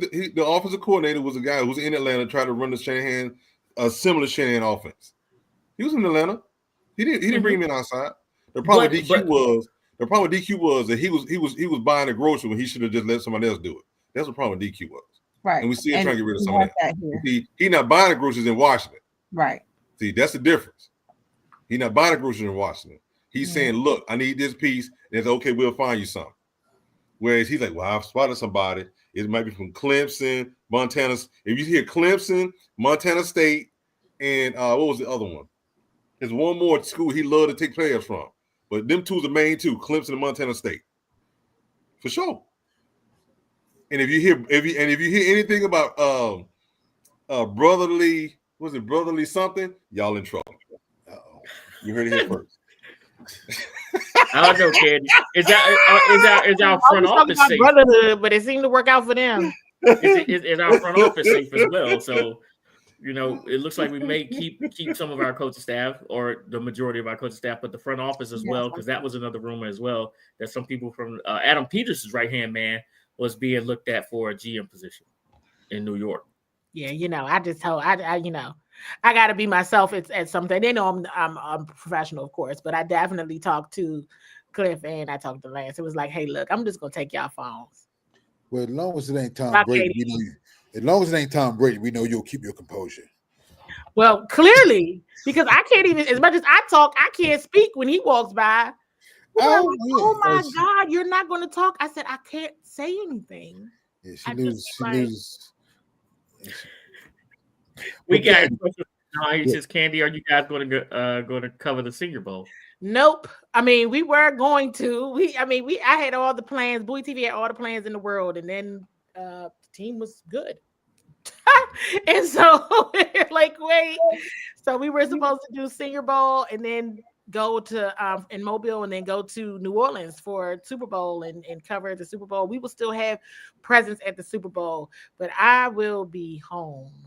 Okay. So I'm not traveling, which is maybe a shock to a lot of people because it's a shock to me. Yeah, I go to all. It's a shock to me all the time, and y'all, I am exhausted. I was all ready to send you a text and be like, "Hey, okay, Candy, can we get a little something from New Orleans from you? Something recorded or something." I won't be there. There'll be somebody there. I still remember Candy saying, "Oh, we're going to all go to, what was that, Minnesota for Super Bowl." I was like, who? It's cold in Minnesota. I know. I was like, who? I've been to a bunch of them now. And so this year it's a little weird. But you know what? I did Kansas City, Philly the other year in Phoenix. Yeah. I'm not doing that. Right. Candy, got a question for you, Candy. Mm-hmm. About the game. Just real quick about the game. Because I was wondering from the TV's perspective of looking at it and being at the game. The first drive, the first couple plays, even after that first big run from Saquon, it seemed almost, I couldn't put my finger on it, but it seemed like the team was almost still nervous, like some of them hadn't even come out the locker room yet, or they didn't have their whereabouts. Was it like did you see, did the team seem kind of just a gut punch a little bit after that first big run from Saquon? Because they seemed nervous early, but then they came with the 18-play drive. So that kind of settled them down. But then the next play, the whole team, or like the offense or defense, the whole team? The defense more so, because in regards to, because after that big play, it seemed almost like chase mode almost for them a little bit. Yeah. Or that's what it from the TV from a TV perspective. Of course, they were rattled for sure because nothing like that had happened in the previous two games. Not that early on, right? They still had control of the environment. It seemed like, for the most part. No, then in that round two. Yeah, Saquon got off early. In round two, he did that early. I'm gonna tell you what I think happened, because the game plan is in place. They're in place. They weren't acting any different. They were acting like they always act. Ready for game day. It wasn't. It might be a couple different things. It might be different for people who haven't been there before. And it's the majority of the team. And I'm not just talking rookies that actually had never played in the NFC Championship game before. Right, probably looking for Bobby Wagner and a couple other guys, but that's about it. Probably. Yeah, that's it. Right. That's it. And I don't want to say the moment was too big, but it's new. It's new, and the level of intensity increases. And I tell you this. Somebody said, for some reason, I can't remember which show I was on or where it was, but after the Detroit game, they were like, they left it all out on the field. And I said, if they left it all out on the field, they in trouble on Sunday. They are in trouble, because if that was it, because they played a hell of a game against Detroit. I mean, and that was real. That was them. That's the team that I've seen practice and I've been around. That was what they teach. That was a fair and square game. They had it. That's them right there. That is them. But I said, if they left it all out on the field, they technically would have 2 more games to play. They a wrap next week, because they got to do that times 10 if they think they're going to beat the Philadelphia Eagles. And Candy, one more thing. Mm-hmm. I remember they said Dan Quinn. I'm sorry, no, you good. But they said Dan Quinn said something pregame. I think they said it on TV. And when I heard it, I thought it was the wrong message. And maybe you can agree to disagree or whatever. But I want everybody's thoughts. They said Dan Quinn said, "You're not playing with house money no more. I want you to go out there and play like the rent money is due." That was his message to the team before the game. We're not playing with house money no more. With the replay, I want you playing like the rent money is due, and the eviction notice is about to come. I think that might have been a misspeak, because Dan doesn't even like the narrative of playing with house money. No, he said he's not playing with house money. He said, ain't no house money. Ain't no house money. We playing for the rent money right now. We playing like the rent money. That's what they said. I mean, I don't know how true it is. That's right. I think we got Tom Rinaldi or somebody spoke before the game and said that was Dan's message to the team. And I was like, I don't know. The carefreeness that y'all play with all playoffs, I didn't see it anymore. And I think if he changed that mentality, granted it's the NFC Championship game, but every game you've played up to that point was a win and go home. And I thought if he changed that, I just didn't think that was the right message, in my opinion, to the team. Now was rent money. If you were playing carefree before, I would have kept them carefree. Like, hey, it's nothing to lose. Let's go out there and prove the world wrong, and let's go. But I just wonder if that mentality, if that was true, one, and if it was, would you think that was the right mentality for them to instill into the team? Well, I know they've been teaching ever since preseason, and I don't know if I shared it on this show or another, that they teach every week being championship week. And where they got that from was actually Tom Brady. Okay. Right? Because when they had a rookie, and that was one of the things, but I'm sure they got it from a multitude of places, but I know that the rookies attended, and I think it's clips of it online, where Tom Brady was like, the reason why, one of the things he did was he approached the preseason game. Every game he approached the same. Right. So that when he got to Super Bowl Sunday, it wasn't different. Right. It didn't feel the moment right. It wasn't bigger. It wasn't like each game gets bigger, more, so whether it's house money or rent money, nah. We don't talk like that. Every game is huge. Every week is championship week. So that's the message that I know I've actually heard. And I know that they were continuing on. Every week is championship week. I will say, I think that, sometimes we all pay a little bit too much attention to the media and what's being said and what's going on outside. And I mean, I think it was just they just got beat. The better team won. Right. The better team in round 2, and I saw things that happened in round 2 that they had to pay for in round 3. That's all. The Eagles just made them pay for something that they let them get away with in round 2, and they wasn't going to let. They just weren't going to let the more experienced, better roster won the NFC Championship. Absolutely. Yeah. I will say that what I've noticed about this team is that this entire season they've been playing, and some people have even criticized them of being too lax. It's like they're not letting those things get to them. So I didn't hear that message, what you're stating, Al, However, if anyone were to tell them that, that is to get them to look at the game in a different perspective, but that would actually be counterproductive because one of their strengths were we're just going out here to prove everybody wrong, That's you right. know? And so if you put this game up on a pedestal, then you start to have nerves come into play and things like that. That would be counterproductive. So I'm praying that that's not what doesn't really That's what they mess. said at the beginning of the game. I'm just Yeah. talking about that. I don't know. He said that was Dan Quinn's message to the Yeah. team. I Yeah, was like, all right. sometimes I go back and watch the the television version of games to hear what they say on the broadcast. It's only been like a couple of games that during the game I'm listening to the broadcast because sometimes it is in like real time, and other times the broadcast be so far behind. I'd be like, all right, this is distracted. I can't listen to Right, this.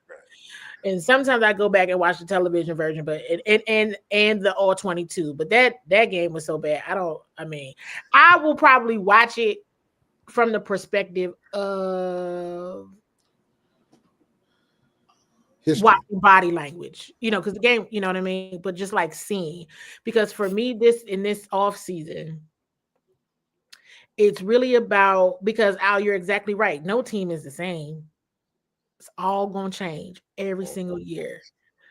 So now it becomes not just who fits your culture, right? It is really about who's going to get to the next level. Because one thing that the NFL does not lend itself to anymore is development.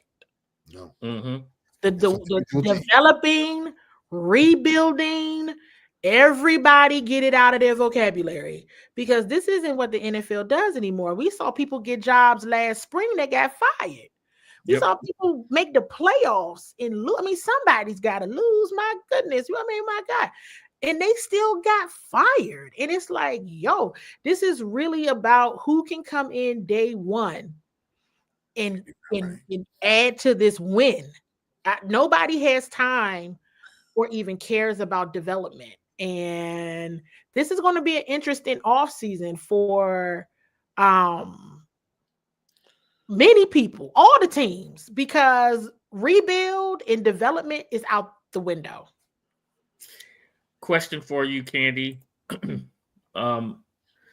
Louvu, I just want to know from a booth perspective of where you were when Frankie Louvu was trying to time the snap with the jumping over the top, and you saw you saw the penalty, then the penalty, then the ruling of if this happens again that we're going to award Philadelphia a touchdown.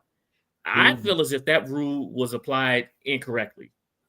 What did everyone think in the press? What did in that press box? What did they think? What do you mean by incorrect? That rule is he was not trying to gain an advantage. He was trying to time the snap.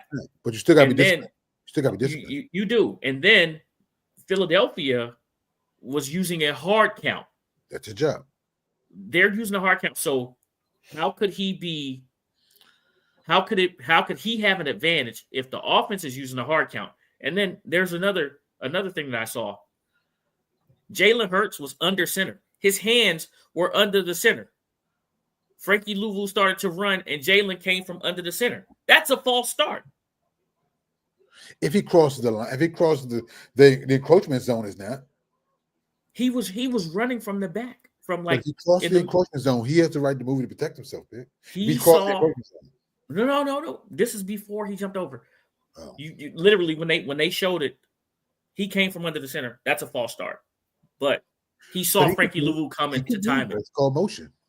Quarterback can move. Quarterback can't move once your hands under the center. He can back about. He can back in the shotgun if he wants. That's once your hands go under center, Al. The rule is once your hands go under center, you can't come from under there. Okay, maybe that's too bad. Okay. But how did you guys see that in the press box? I mean, at that point, I guess I was playing with house money because I was sitting there like, Do it again, Frankie. Just let him give him the touchdown. Yeah, like your Kirk. You sound like his cousin. You sound like his cousin. He probably said something like that. I said, just don't even worry about it. Just but at the same token, I mean, he's not going to listen to me. And we joked about it later because he has to, nobody knew what the heck was going on. And that's where Bobby Wagner was talking to the referees the way he was talking to the referees because everybody was confused. But at that moment, I literally said, with the awarding a touchdown, I would be like, if this is why I don't play football. I talk about it, but this is why I don't play. I'm glad you didn't have to do that. Because I would have jumped it. Give it to him. He would have just did it again. Ask me again if I would do it. Yes, I would have done that. I would have been like, see, remember, I was like, this is so ridiculous. Oh my God. Do you remember the last time you were here? What happened? You were saying the last time you were here, you were saying that Frankie was a goon. Oh, and so I had to laugh because I'm like, Lord, look at Frankie. I said this back in May. I think I've been talking to people. I'm like, yo, everybody, wait a second. Do y'all know who this person is? Because I know Carolina fans, they weren't too upset about Jeremy Chin, but Frankie Louvu, they were just like distraught. Like, oh my God, I can't believe he left. But in OTAs, I remember the first OTAs, I was like, looking around at my media colleagues like, does anybody see what number 4 is doing? Hello? Am I the only person that sees what's happening here? They just didn't want to talk about it. I'm like, yo, number 4 is crazy. Yo, the family. A nut. Hey. Right? We need some more of him. We need some more of him. Because doing that fight. Families, Candy. Leave my cousin alone. Leave my doing the Marshawn Lynch. Doing the Marshawn Lynch. AJ Brown. I'm not complaining. I think it's fantastic. Yep. Doing that AJ Brown, Marshawn Lynch scuffle. I don't know if you guys noticed, but Frankie jumped in between Marshawn and AJ Lattimore. And kept Lattimore back. He just stood there in between them. So he knows how to play with the edge and to how to keep his teammates, right there. Oh, yeah. He absolutely knows and he understands. Just like I think the reason he didn't do it again is because they said they were going to assess him a personal. He was going to get. He was going to get tossed out the game. Yeah, he was going to get kicked out, and at that point, it's about discipline. Mm-hmm. Don't listen to me because I would have done it. Like I would look at Dan Quinn and be like, I'm about to get fined. I'm about to get this fine. We know fines very well on here. Yeah, he would have gotten in trouble, but We got one more question from John here. He says, question for Candy, is there what is something that you heard during the season that you couldn't reveal during competitive advantage competitive advances that you can say now? Yeah, I mean, we know, you build relationships and you figure things out. Like I knew Marshawn came here hurt, and I knew when he was gonna play. I knew the target. I knew when he was gonna play. I told y'all that. When Jaden was hurt, I knew he was hurt. And I'll just leave it at that. You think they bring Lattimore back? Yes. That is what Adam Peters said yesterday, basically. Because he was hurt and he didn't have an opportunity to really get into the playbook, the defensive playbook. And so he's like, I'm really excited to see how he has a whole off season with us to see how he does. I mean, he definitely meshed with the team. He definitely fits the culture. But I do think he got to roll deals a couple. You know what I'm saying? Like Marshawn is an amazing player, but working his way back from that injury and just, I don't know. She never seemed to be in shape. But I'm not real sure. And I love Marshawn. I think he's amazing as a person. It's a dope individuals. It's nobody that's whack. Like, it's dope people. They're really, really good group of people. Really, really, really good group. And obviously he a goon, right? But it's, you be getting DPI. So it's like, as the people say, oh, well, he reminds me of Benjamin St. Juice. Well, hold on. Because Benjamin gonna show up. Yeah, But Marshawn is a hell of an athlete, so I hope it works out for him here. But those DPIs are real, And those penalties and those scores that come from them are real as well. So, all right, last hopefully question. it's better going. Last question for me. And then we'll go around real quick and get our last questions in with Candy because we're coming up on 2 hours. And I know I was late. My bad.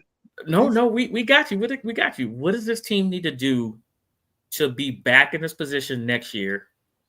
And what do they need to stay away from? Can y'all still hear me? Yeah. Yep, we got you. Okay. Did you hear the question? I heard it. I heard the question.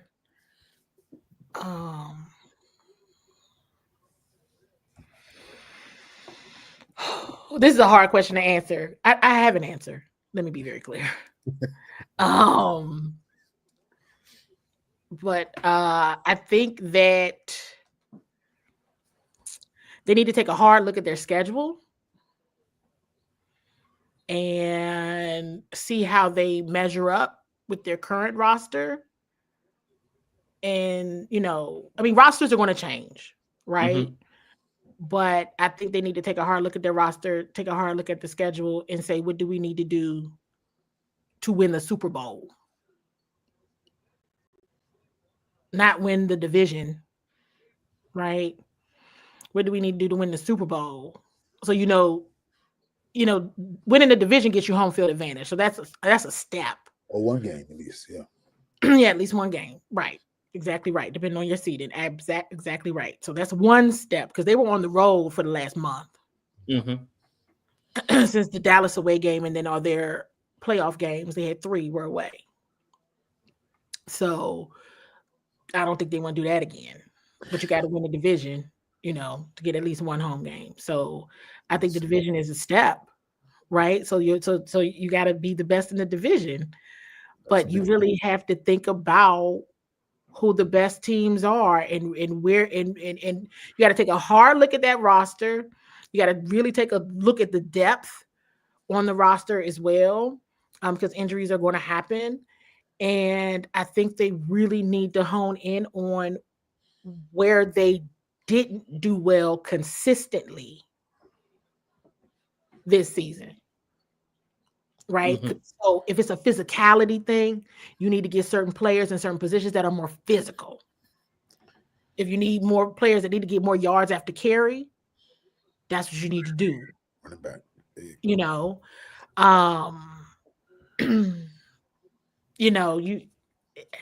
It's just, what I mean, without calling out any players or anything like that. I think it's just, you got to take a hard look at the evaluation of where you measured. Right, because it's a whole new season. Everybody's 0-0, and everybody's doing what they can to get better to keep their jobs, yep. Right? And at the end of the day, here's what I really, really learned this year, y'all. Nobody's happy except for the Super Bowl champions. There it is. Nobody's happy except for the Super Bowl champions. I'm gonna tell you something right here, right now. I looked around at certain people in the press box, that locker room on Sunday and yesterday, and I'm like, these are some hurt people. And everybody else is like, oh, you won 14 games total in the season. Everybody's on that. I don't care about none of that. They'll appreciate it later, but not right then. I'm sure. Not right now. Right now. They don't want to hear that. There's probably it's irritating, actually, to them, But they're appreciative of the fans. Let me be very, very clear. They love the fans. They really are happy that they feel like they brought joy to the community, but they are an unhappy group. Nobody's happy except Super Bowl champions. With what we saw this past year, defensively, we understand, Lattimore, they're going to bring him back and give him another shot. Do you think you guys need a couple more defensive players, cornerback wise, or you think you guys have the right fit, or you think they'll still be looking for extra people along the way, someone who may, like a vet that may come open, or they're going to be looking to draft? Yes, definitely for corner. Maybe even some safety help too. I think that the team can upgrade on the defensive line in the trenches. I think dynamic pass rusher. Mm-hmm. One, Dante Fowler did an amazing job this year. He's a linebacker playing defensive. DN. Yeah. So I think yes, to answer your question on defense, the middle gets a little open too much for me, and I think Bobby and Frankie are amazing. They have to get younger though. But Jordan McGee is on the roster, but Jordan was injured a lot of this season too. Pretty much the whole. Yeah. Do you have any young linebackers in waiting in a sense that's going because Bobby's long in the tooth, and as good as Bobby played this year, you need to be trying to get someone that he can groom to take his position because he ain't got much more time. No, let me say this: he's played at an outstanding level, but can he sustain that level? But he's a veteran. He's 14 years in them trenches right there in that middle. Is someone there, or is that something they're probably looking to draft to kind of fuse that gap from him phasing out or retiring to them stepping in? Well, they drafted Jordan McGee from Temple, who's going to be tremendous, but he's been dealing with that injury. That's unfortunate. And he's going to be phenomenal, but he's been dealing with that injury, right? He had a knee injury in preseason. Then he came back, and now he's been having hamstring injuries. It's just like he just can't catch a break. But, he was on his way to be in that. And Michael Walker as well, who's been in the league for a little bit. But to your question, to be at the level of a Bobby Wagner, even a Frankie Louvu, no. They do not have that. I mean, Bobby, what makes him so unique is he's so smart. Yeah, he's his football IQ is just. He can't run like I saw them legs give out a few times, but he was there to make the play. So he was there to make the play. He gonna find his way to the play. He got hit by that sniper a few times, and then I was like, "Whoa!" Probably got pulled up a little bit. He gonna find his way to the play. Yeah, and he's just so smart. And I guess you might not be able to answer this question because I know you have personal relationships with a lot of the players and people there. But in my opinion, I take this position personal because I love saying it. 4 yards in a cloud of dust ain't gonna cut it. You all need something dynamic at the running back position. B-Rob, your quarterback can't be your leading rusher. And B-Rob, while I thought I liked him early coming out of Alabama, and I thought he had that breakaway dynamic, he's 4 yards in a cloud of dust now for the most part. 2 hands on the ball falling forward. That can't be. With a dynamic quarterback like Jayden, you need something dynamic at the running back, i.e. Saquon. I mean, you can see that with a quarterback who's not even as dynamic as Jayden. When you got nothing, everybody don't have a Saquon, so don't get me my question wrong. But do you think that running back is going to be a position that they try to address high in the draft? Absolutely. Okay. I mean, this is about competing. Yeah. And you know what you have. And it's not about culture. It's not about mindset. Because I think every single last one of those backs that they have absolutely have the culture and the mindset. But if you're going to be competing against a Saquon Barkley potentially 3 times a year, and then there's just, I mean, the running back position has made a come up, right? Yeah. Yep. Saquon. I mean, hey, let's go for it. Saquon, Derrick Henry, Bijan Robinson, Bucky Irvin, Gibbs and Montgomery in Detroit. I mean, what's the one I like? James Conner and Conner, right? And the Cardinals. Cook in Arizona. Cook's in Lady A's favorite spot, Buffalo. Yeah, yes, absolutely. I mean, what's the measure?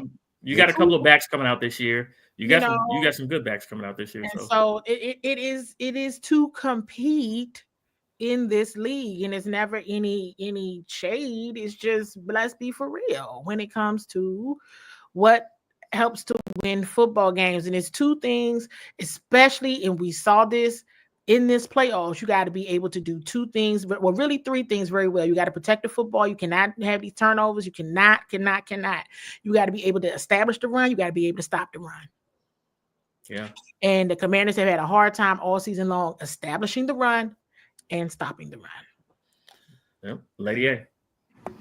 Okay, so we have, 31 free agents.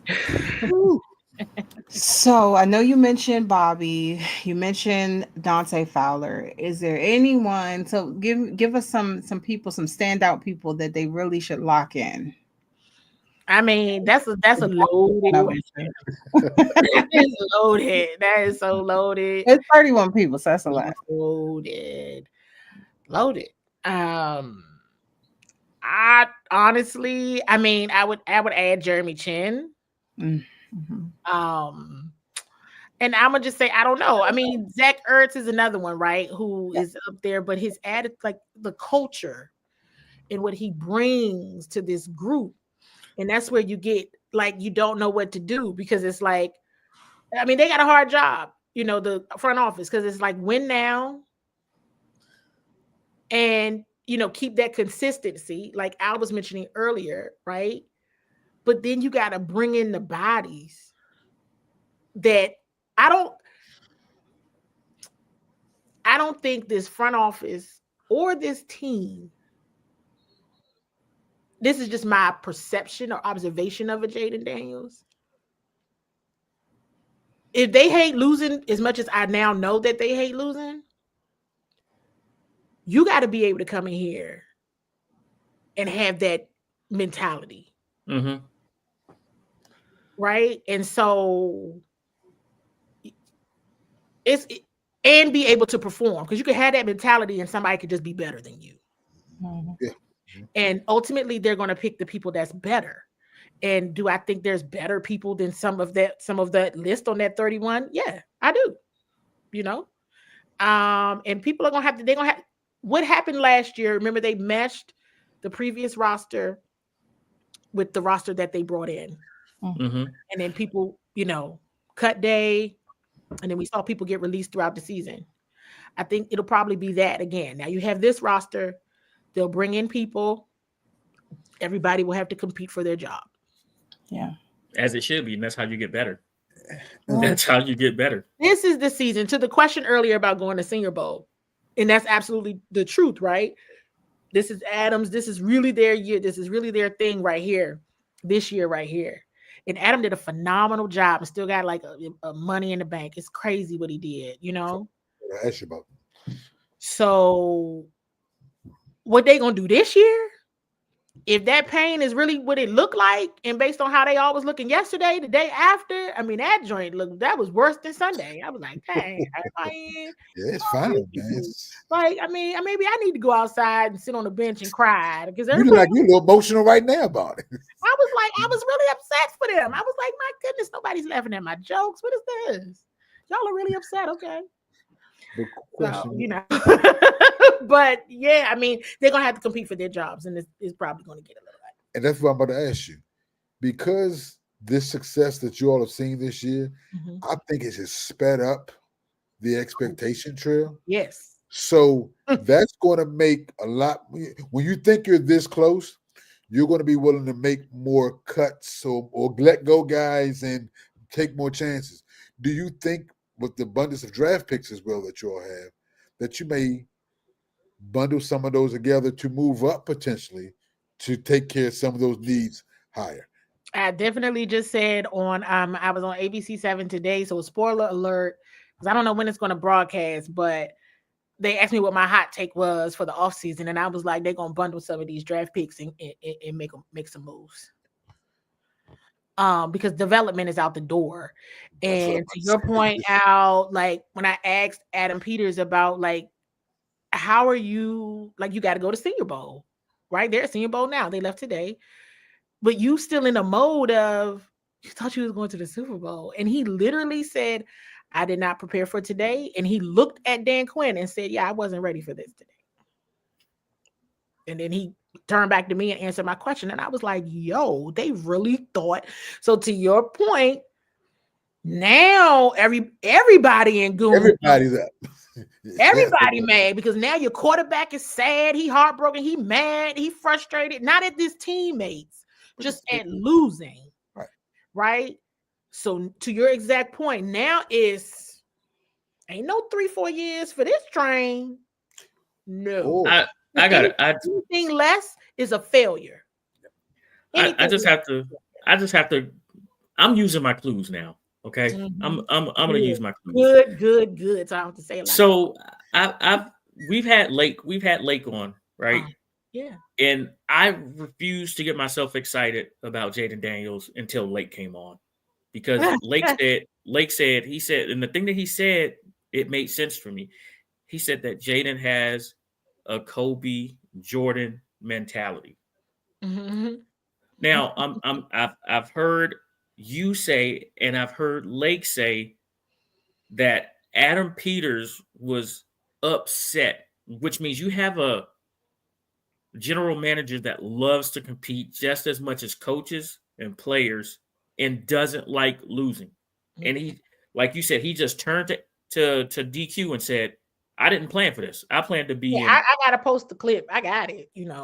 I haven't posted it yet, but absolutely. Right. So with that being said, and what you're saying now, using my clues, them 31 free agents, I probably only see about maybe 11 of them coming back. They might give them a fair shot or not. You know what I'm saying? Everybody got to compete for your spot. Everybody competed last year. Yep. The competition thing wasn't just talk. But you also got to understand too, Pick. You all might be going to start becoming a destination for other free agents.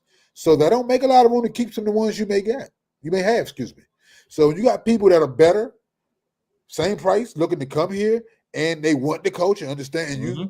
And once you that was my point too to you earlier about when the team being different and keeping the things that perpetuate that culture and losing the things that may have been good players, but did they bring more to the culture, or did they add to it, or did they just here for the ride? Did they just figure it out, or were they the driving force and getting those things together? So that's I guess that's it's a whole where they are now in January is light years ahead where they thought they would be back in September. Yeah. And let me also say this: I feel that way, Al, but now. One thing Adam Peters has been consistent about is he has always said win now. Yeah. And I learned yesterday that he was really, really serious about that. I actually saw it at night. I was like, oh, ain't nobody coming to give me no hug, ain't no high five, ain't nobody coming to find me to be like, yeah, woo. People was in the corner like not sure what to say. And I was just like, oh, they really thought they was going to win this football game? Yep. And so it's anything less. You make it to the playoffs, don't win the first wild card round, and you lose, that's a failure. Nothing, it's NFC championship win or bust after this year. The last thing that I remember is they need a bunch of Jadens. I will say that. I am going to say that out loud. They need a lot of them out there, though, girl. Thank God for that. But if you got an extra one, send them my way. But I think he's talking about the mentality. He's talking about the mentality. Yeah. Like. Yep. If he get on if he turn into the Terminator. Because I think I said this on this show. I think I told y'all. I was like, hey, something wrong. Is he all right? Like, I've been saying the same thing about Frankie Lou. Like, wait a minute. Jaden is so nice and he's so playful. But when he get out on that field, I was like, wait a minute. I don't think I know that, Jaden. Hold on. He's that switch. He's on the field. I like that. I like that, Candy. Two on the football field. Go. You see his mama crazy. Like, but he's still a sweetheart. He's going to come and try to help players up. He's going to go pray with you. That's him too. That's why so many players love him so much. They love him genuinely, but a lot of them don't want to play against him. No, because they know he's bad. He crying. and he talks that talk too. He talks that talk with a smile on his face. As a human, he's a beautiful human. Let me be very clear. He's a beautiful human, but he wants to win. Everything. You got to walk up the steps faster than him. He gonna beat you at everything. What are you talking about? Just a competitive person. I just remember hearing this. I remember hearing. I think it was the '85 Bears, right? I believe it was their kicker who had just gotten on the roster. They had a team meeting, and he was planning a wedding.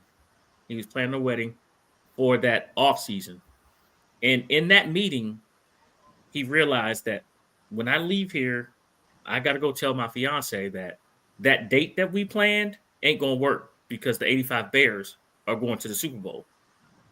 Right? That's what I see coming.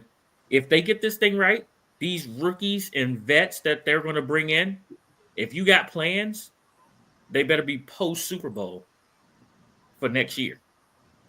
That was part of like my message because I can see it.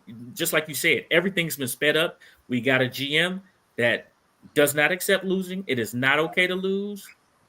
And that's what Lake said. He told us, he said Adam Peters' face was redder than the red on their jerseys.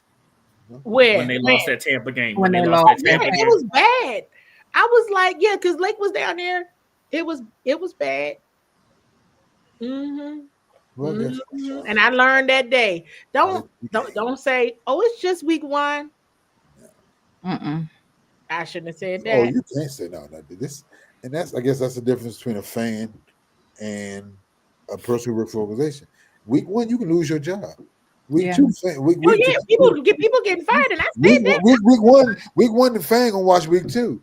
You see, week Jim, you might be watching with the fan. You might be a fan in week 2 if you ain't careful. And one of the things that I have said over time is, and I think upset. Okay, but they were Sunday night and yesterday was obviously worst off I've seen them.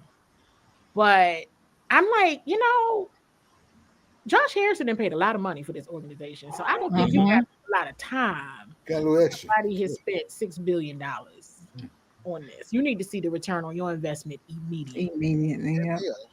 Yeah. Candy, we thank you for your time. It's been a pleasure. We'll be checking in with you from time to time to get us ready for the draft, a little bit of free agency. Oh, yeah, I'm gonna be around. And we'll talk about the schedule as well. So I'm going to Combine. That's the plan right now. I'll be back on the scene. Well, Josh Harris might have a press conference next week. So if he does, I'll be there for that. And I still plan on doing Combine and the owners meeting, the league meetings. So just let me know. I'll come back on, of course. We appreciate your time on social media. What'd you say? Stop being so mean to me on social media. Here you go. No, keep being mean to Al. Right. Yeah. People tell the truth. He say they mean. I was like, your team ain't even in the playoffs. Leave me alone. I was only positive with all my comments. I made no comments about Cowboys on any outlet you have, Candy. That don't mean you weren't hating. Well, we have common friends that I just feel are really good that we both know very well. That are diehard like she is about them. And you're talking people really don't believe me when I told y'all the story. Well, Toothpick knows this. I had to give up my fandom. Yeah. To do this job. Yeah, you do. In them other years, this year has been like a pleasant surprise, but you really do have to give it up, and it's hard because I'm critical, and you got to be careful with that because that does come back. So. But I had to give it up. Lake Lewis, who you all know well, that's who told me. He said, if you want to, you can do this job. If you want to do this job well, you have to give up your fandom. You got to give it up because you got to tell the truth. Yeah, you got to tell the truth. That's hard. But I mean, it's not hard. I can tell it, but now at this point, it's hard because it's like I'm gonna say something that's gonna piss somebody off. You got to know how to say it. But I exactly. That's why I might pause sometimes and be like, Talk to our HR director about knowing how to say it the right way. Yeah, because some people don't know how to say stuff to me all the time. I do not. HR got all kinds of rules for us now. It's ridiculous. She got a whole list of what you can't say. But hey, you all, I hope everybody had fun. I did. We did. The first time I had a lot of fun covering this season. Painful as it was, I enjoyed this whole. It's been painful. Trust me, it's been painful. Here you go. I enjoyed the banter with you all for sure. It was you all made it fun, so I appreciate that. Well, thank you, Candy. We appreciate it. Stop it. No more though. I had enough. Just so you know. We don't need to repeat that. No, we're gonna repeat this. We got to do that quarterback, so we definitely are going to repeat this. You got to do. Yep. I wish the young kid well, except for 2 weeks a year. Here we go. Thank you so much, Candy. And if you see Alvin and Bowie, go ahead and pop them in the head for me Just too. see, boy. Just see. That is so funny. I mean, man, you a Bowie legend, Alvin. You a Bowie legend. We Oh need man, you I've around had my here. days, man. I've had my day. Al was a dog before we knew what dogs was for Well, real. He was man. I'll make an old boy feel good, man. I'm gonna Aw. make sure I record this part so I can hold it against y'all when y'all talking bad about me. I'm gonna clip it. He gonna Yeah, clip he it gonna clip off. that off. He gonna clip that off. All right. Thank you, Candy, so much. We appreciate it. All right, see y'all. Y'all All take right. care. Thank Take care. you. Bye. Bye. Bye. That was CWall from Bowie TV. Make sure you guys check her out. Said, you know what time it is, right? We got to do it. I don't want to do it, Oh, Lady A, but we oh, got to do it. Yeah, yeah. Alvin, you still gotta do Alvin. Wait, before we do Al, We ain't do clean the lock up. We got a lot of it. We went over. We got a lot of segments you missed see, tonight, I buddy. knew Al was gonna get to it. I knew you were, Lady A. Yes. We gotta clean out them lockers. I know. Time to go to Cancun. No, it's too many. It's too many of those others in Cancun. We need to pick a different spot. We need to pick a new spot. We need to pick a different spot. All The right, Virgin Islands. we going to Yeah, ain't no somewhere. Virgin in the Islands. That's where we going. You know what? Pick fine. We almost made it through, and What here did you I go. say? You know what you said. Ain't no virgin. Ain't Did no I say virgin in anything the island. false? You said you wasn't gonna be no virgin in the islands. What'd you say? I said there's no virgins in them islands. I didn't say anything Fine. wrong. Fine. All right, okay, listen. Lock and clean out. Our first team up, the Buffalo Bills. They played the second game. Let's start the That's first not game. like- Trying to duck, That's I'm not trying to duck like- them commodes, man. Come on, let's That's start the real first game. smooth Come of you, Y'all, man. now y'all That's tell me real I'm smooth, shady. man. No, Come on now. that one right there Let's is get to shady. go with because I'm starting to fade. All right, listen. Okay, listen. On the Let's fade. go ahead. Let's watch the Commanders. Man, Let's clean it out there. As we talk to Candy, lock her clean out. Listen, in lock her clean out, what we do is we drag you, but we don't drag you. We figure out what it is that you need to get back to this position next year. And Candy said it. She said we need a couple more players. We need some dynamic players. The Washington Commanders do. I think that the Washington Commanders do need an explosive running back. I think they need an explosive running back and a threat at the number 2 wide receiver position as well. If you want to double Terry, number 2 is going to kill you now. If you want to double number 2, now our tight end is going to kill you.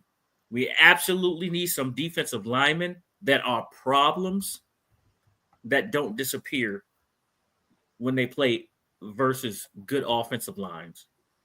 I don't need you to shine versus the Carolina Panthers. I don't need you to have 5 sacks in that game and you totaled 6 sacks throughout the season.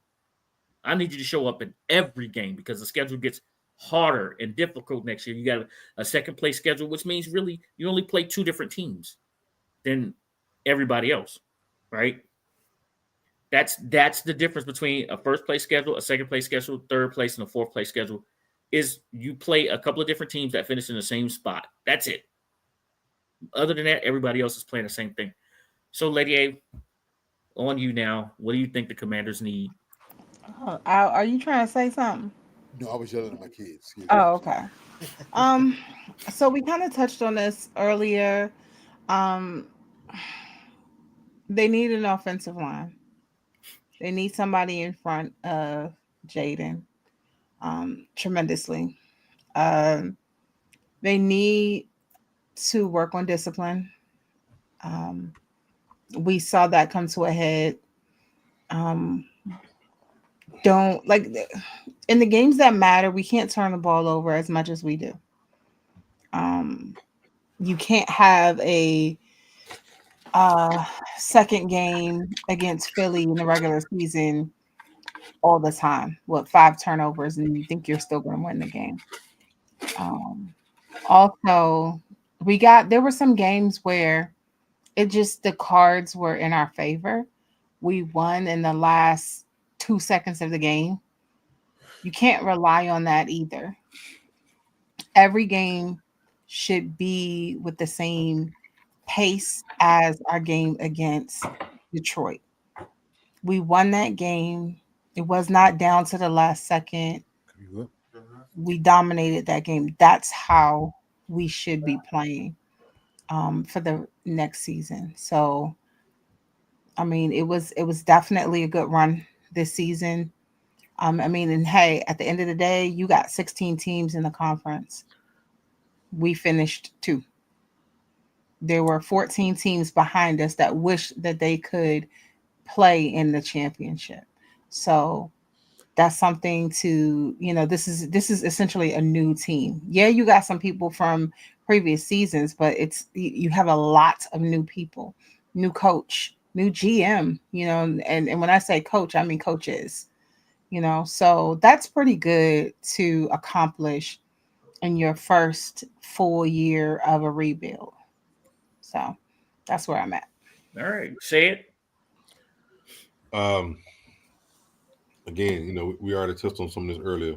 I think that got to get a defense in that can apply more pressure and offensive line. You need at least one more offensive lineman to help out. Maybe one, maybe two DBs. You gotta get a little bit deeper. You need somebody to help take care of those slot guys.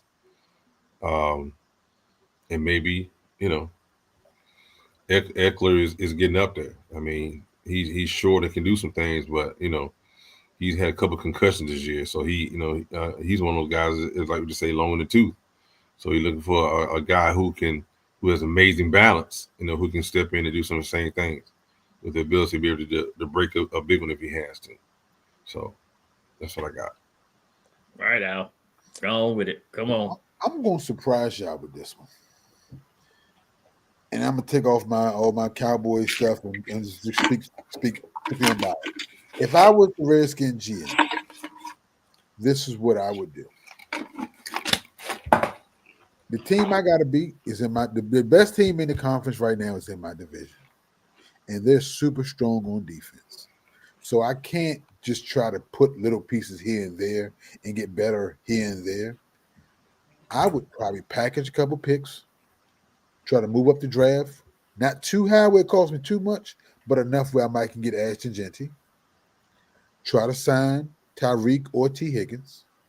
Either one, whatever worked best for me. Most of I think Tyreek is already signed for 2 years. T. Higgins is going to take more of a mo. He's going to take more money and more of a long-term commitment, but he's technically seeming less of a headache per se, but I can deal with that because I think I'm hoping that the coach of my locker room is strong enough to withstand that. And winning cures a lot of things that not winning does or shows a lot of times.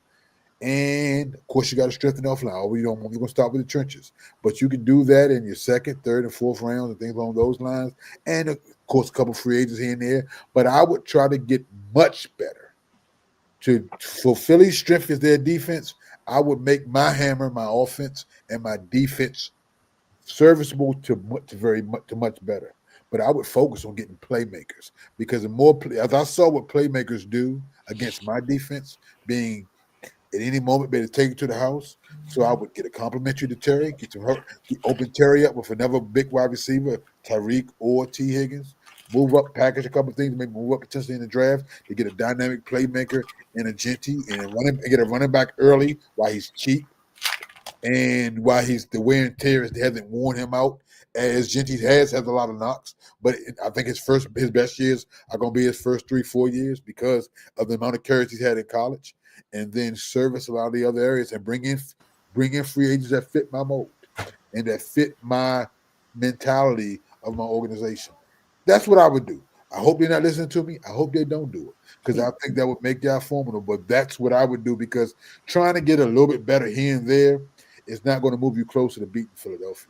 You got to go get a hammer to their hammer, and their hammer is that they hold their hat on their defense, and you go get an offense that can score with that defense, and a defense that comes in that getting better that can fill the holes that you may have need. But you are trying to just get better all the way around, but I would get much better and get the playmakers that I need that I saw I was missing last year. Got it.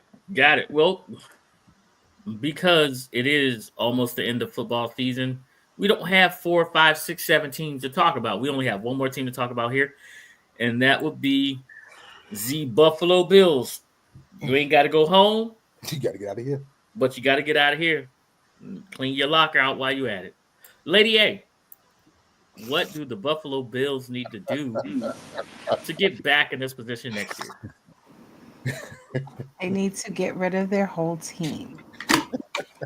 Just like I said with the Detroit Lions. Now I'm just gonna be real.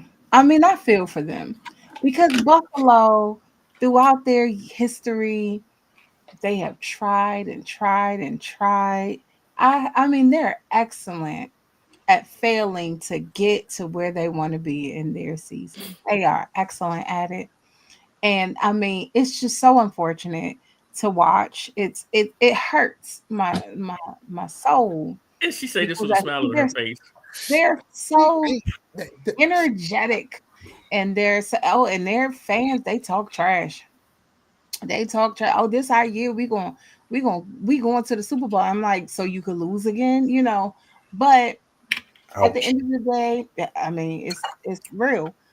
At the end of the day, you know, they lost the better team. They have a solid team in general. You know, there's some pieces that they need to switch out. They're definitely a competitive team. It's just for some reason, it's just like, you know, it's finishing what they started. It's just not something that they're good at. This particular team and historically. So in order to move on and to be competitive next season and to possibly get to the Super Bowl and for once actually win it, they need to learn how to, you know, when you're in sales, they're talking about your closer. They don't have a closer, you know. They right there, but they don't have a closer. And I feel like that's something that they need to work on, you know, finishing the game the way you started it for the season. So, I mean, you know, my heart goes out to the Buffalo No, it fans. doesn't. No, it doesn't. See, that's what It is. I'm sure that it is a struggle. I mean, the fans, think about it. They come in and they shovel their stadium just for the team to not get a championship. They in this case they didn't even get the AFC championship. You know, so my heart goes out to these fans. Hopefully the team Buffalo works fans on don't it. believe that.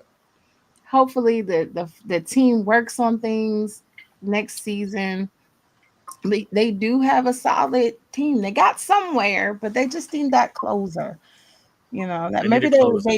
maybe the players are tired because they were shoveling too. I don't know. But Come on, Al. All right. I would Come not on, believe Al. my lying ears are listening to. I can't believe. Oh man, let me make this real. I'm gonna make this kind of simple, man, and this pains me to say it as well. One, they probably can't do, but they probably should do is petition the league to move to the NFC, at least for the next 10 years. I'm just telling you, real. That's their best. Bad as me. Yeah, I know. I said you had some real, but I was going. They need to petition the league to switch with a team like a team that's really like they should petition to move with the New York Giants and send the Giants to the NFC, AFC, and they come to the NFC. I'm sure they should petition for next year because that's messy. going through the NFC, going through the Patrick Mahomes every year is not going to get them to the Super Bowl. But I never The think Giants are in the NFC East, Al. They don't like that. they got a better. I remember go through Philly and keep going through camp. They don't like us. All right, but anyway, all right, okay. They don't like you. You talk about Buffalo fans, but anyway. The next thing, and I don't know how y'all feel about this idea, but I'm just going to be serious. And it's pain. This. You know I'm serious when I say this. I think it may be almost like an Andy Reid situation in Philly. It may be time for a different voice. They're winning. Sean McDermott's my guy. I love him to death. But I don't know if his message, I don't think coaching necessarily has something to do with it. But you know, it's like if you've taken a team so far and they keep getting their head beat down. It's really, I know they got other doors to knock through, but I wonder is how they're constructed and the gap that they have between quarterback, coaching, and even coordinator. If they have what it takes to get through, unless Kansas City falls back to them, I don't know if they can go past them. And that's my thing is so Andy Reid was a great coach, took them to the Super Bowl, did a lot of things in Philly, but it was time for a different voice. I wonder if it's time for a different voice in Buffalo. I don't know if that gets them past there, but it's like Sean has done such a great job with these guys, but they're not. I know Sean is giving them the message, but the players aren't receiving it enough to break down that door. So I wonder if it's time for new leadership that way. And I wish Sean to go in somewhere because he'll be a great coach wherever he goes. And it may be best for both situations. He's done in Buffalo trying to win something that can't get won because he's going through Patrick Mahomes. And he goes somewhere else to get a situation where he's learned from what he's learned there to move those guys past. So I don't know. But those are two options. They can't. The first one I like better though. They can petition the league to move for 10 years, go to the NFC. Got you. Or the CFL. Or the CFL. Fine. How about that? Yeah. They ain't capable. Come on, say it. What does Buffalo need?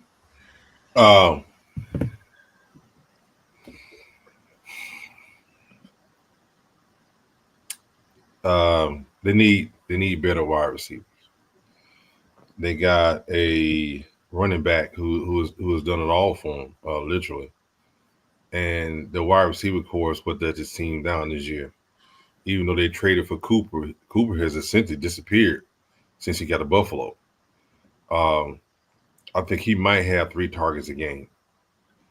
And if he catches one, they may be lucky. Because it seems as if like he's surprised at the same time as they're sending, they're throwing the ball to him. It's like he's a surprise. So he doesn't know what's going on with that. And then they, they don't know what to do. But it just as if they're out there.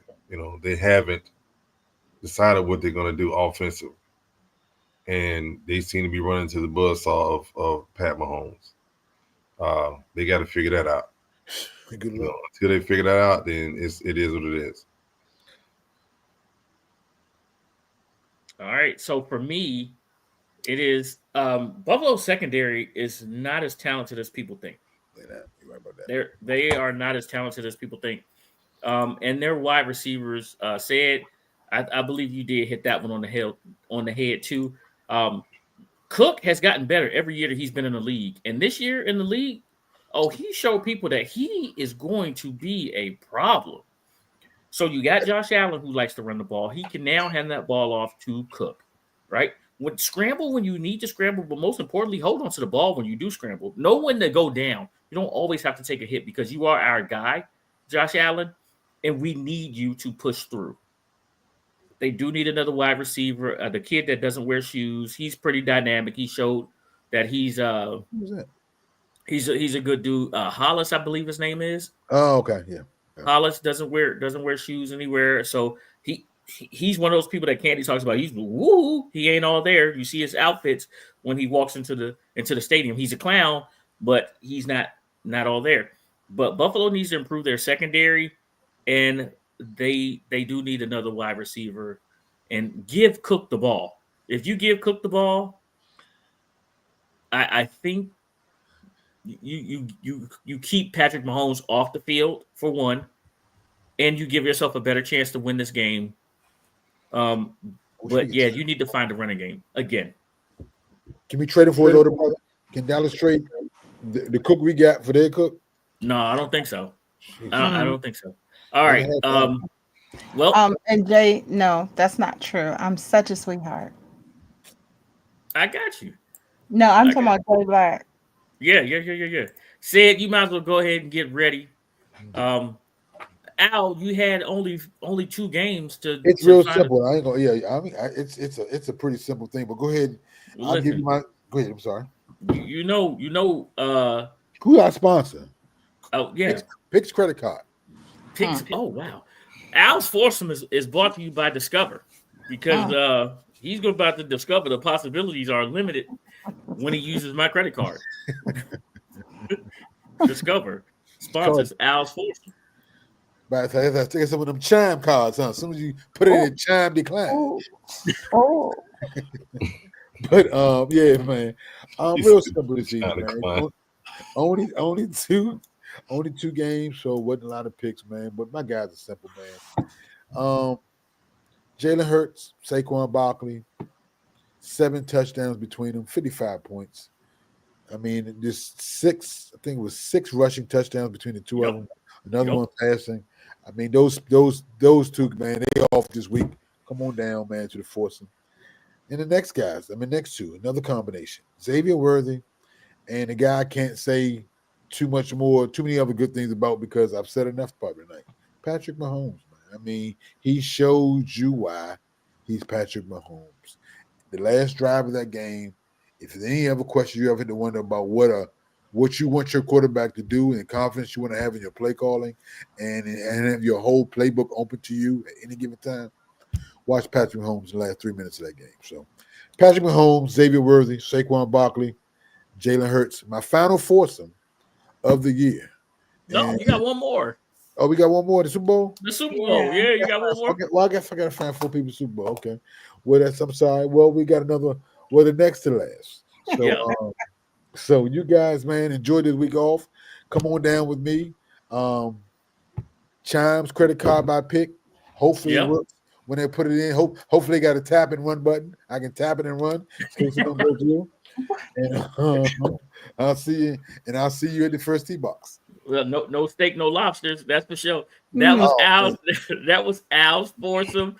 That was Al's Foursome. Brought to you by Discover. Discover the possibilities that are not going to happen when you try to use my credit card. Oh man! Lord. You got to come off camera. You ain't got to come off camera. I got you. This all is right. Great. Leaking oil is up next, and leaking oil is the best spot of the show. That's why we saving for last. Okay, here we go. We got Rasta Said. Said is sponsored by Jerk Chicken. Lucas Oil.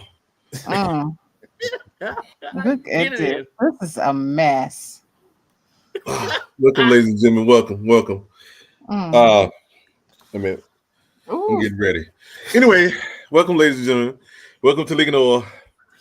I know we stressed us out a little bit too far today, and we're a little bit sleepy. We're gonna try to run through this though. We're gonna try to make sure everyone gets the credit that credit is due for what's been going on. And first of all, I'm gonna start with the last game. I want to start with the Kansas City Buffalo game. Why? What in the world? I gotta get you. Give me a second. We're gonna start with the Kansas City Buffalo game. Why? Because I'm tired of hearing this right here. Really? They beat the man. You got to beat the man. Stop trying to get everybody else credit. I mean, don't get me wrong. Now every team gets a few calls every now and then. Sometimes they're blind, sometimes they work out. But what they really want to say to Buffalo is, y'all trash. I'm playing, coach. Y'all trash. That's what they really want to tell Buffalo. Don't bring that hot trash in here. Think that you hot and you finna come here because y'all beat us. We let y'all win. We want to give y'all a sense of pride. Think y'all can come in and win in Kansas City. The answer to that question is no. So let's move on. We got a couple games. This ain't gonna take long. This ain't gonna take long. We're gonna move right on over. We move on to. Oh, wait a minute. You meant hair toss. My bad. That hair flip. We gonna move right on over to the commander. Where you at, John? You better still be in here. Where John at? He better get back in here. If he off, he better click back on. Why? Why I say she be in here? Philadelphia just scored again. Oh Lord. You said it's 62? 62? It's 62. Woo! Hey, you know what? And better than that. I got something that the Commanders defense really needed. What is that? Oh my goodness.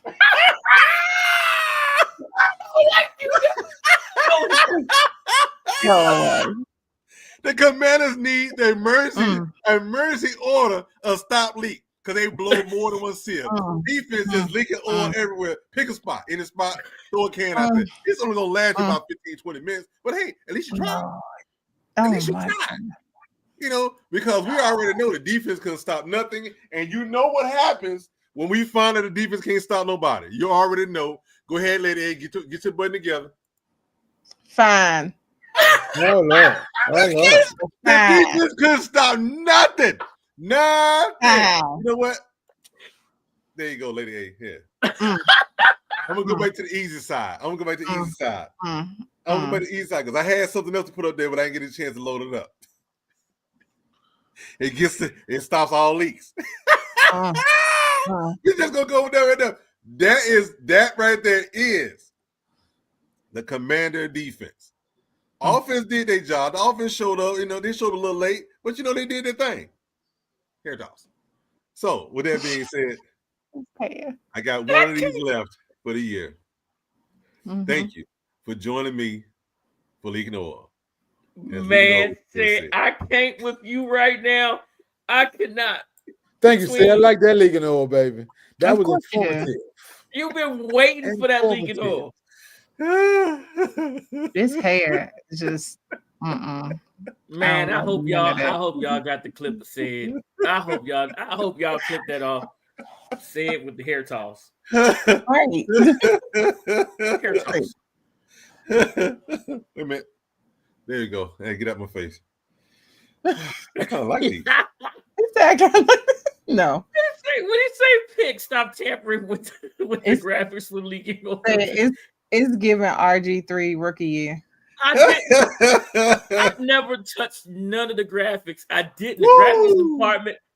The graphics department had nothing to do with Leaking Oil. You got to remember, Leaking Oil got its own budget. All right. Al's Force, they got their own budgets. I don't do anything with that. All right. My job, the graphics department, we put up lines. That's what we do. The rest of it, that's on them. I didn't do it. Listen, John, you right. He sabotaged the tea today. He put something in the tea. I did not put anything in the tea. Somebody put something. Somebody spiked the tea, John. And sometimes spiked tea is what we need. No. Spiked tea tastes great. That's what it do.